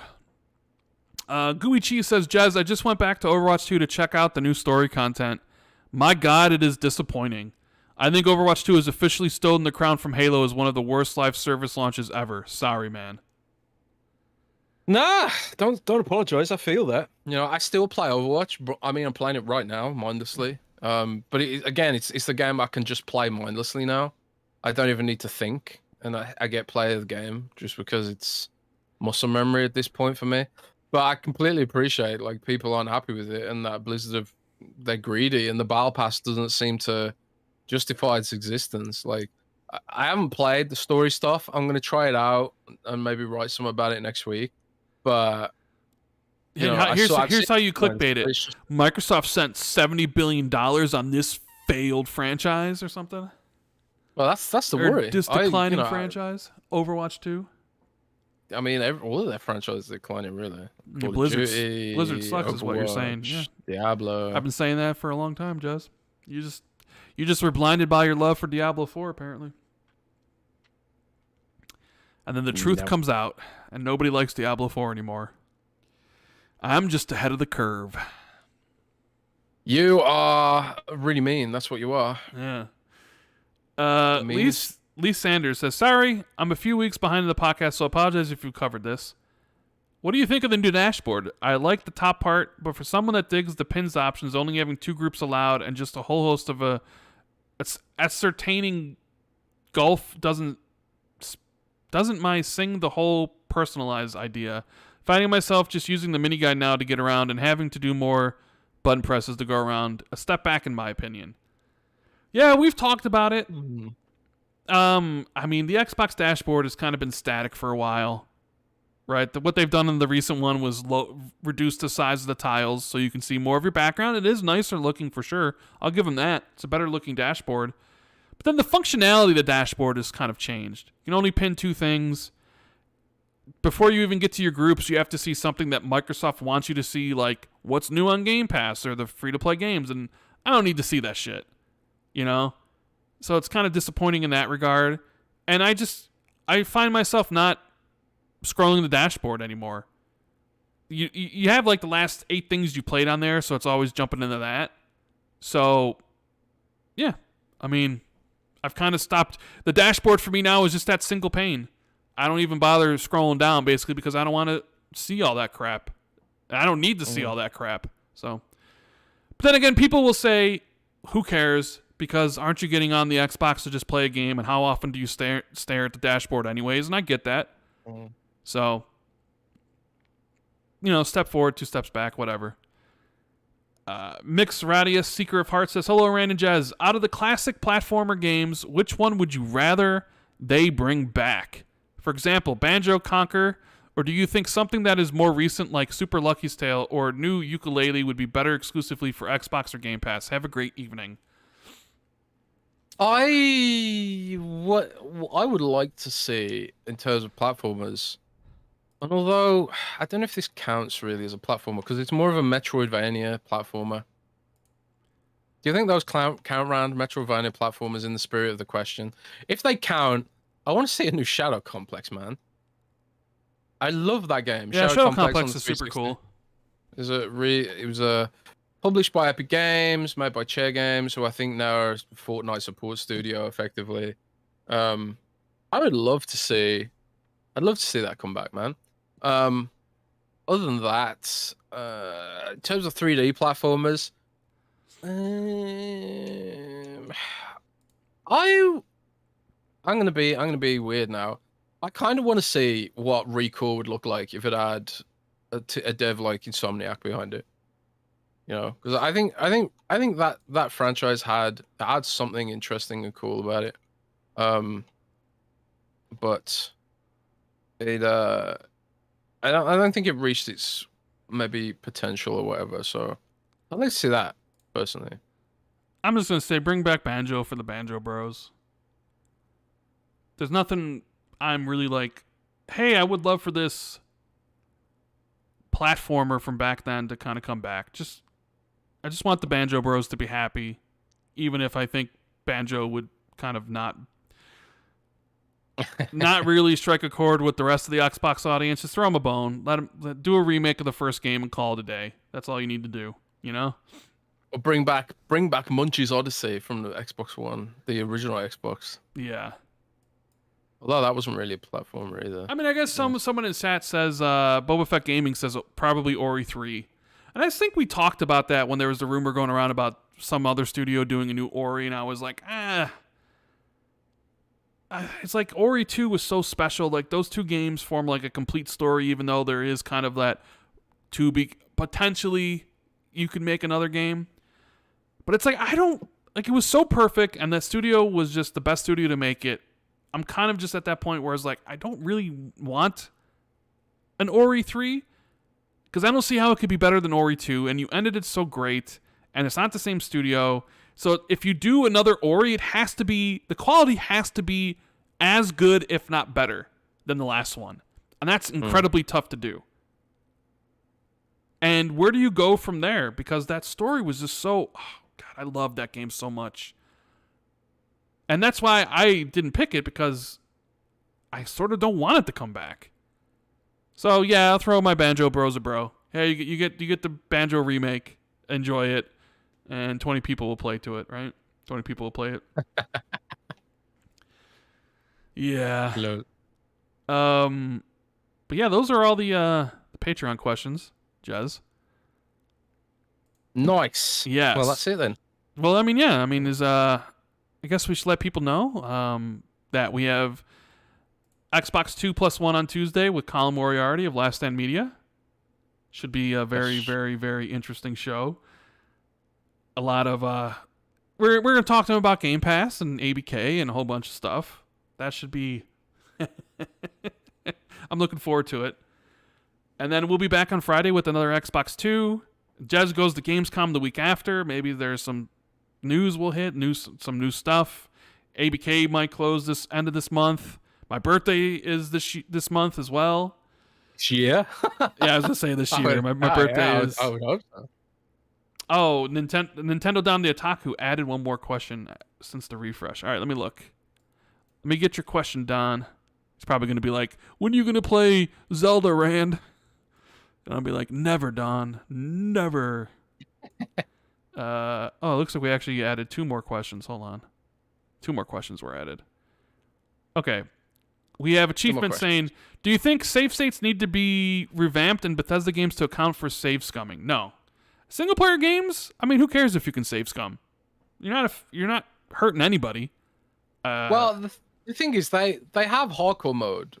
If you want to play that way, put hardcore mode on. You know, like a lot of 4X strategy games, they also have hardcore mode where save scumming is impossible. And sometimes I play 4X strategy games like that, you know, because it kind of adds an extra dimension to it. And I played Skyrim like that as well. And I'll probably play Starfield like that as well. But just I don't think so. You got mad at me because I saved scum to get all the achievements in Elden Ring because I got the 3 endings. But you see, that's what you did was that's actually not cheating. No, that is not cheating whatsoever. How's that cheating? That is actually cheating. No, it's not. But that's like basically hacking what you did. Oh yeah, basically hacking. Yes. Yes. I just Literally hacking. I just kind of use the cloud feature that Microsoft has by doing something in the game and then deleting the local save and re-downloading the cloud save so I could be at my old. And that's not. Is that considered save scumming? Maybe. No, that's beyond save scumming. No, That's yeah. hacking, bro. Oh yeah. It's hacking, breaking the terms of service. You should be banned, bro. You should be banned. I should actually. be. No, I don't think anything needs to be revamped. There's nothing wrong with save scumming and single player games. If people want to do it, let them do it. I don't care.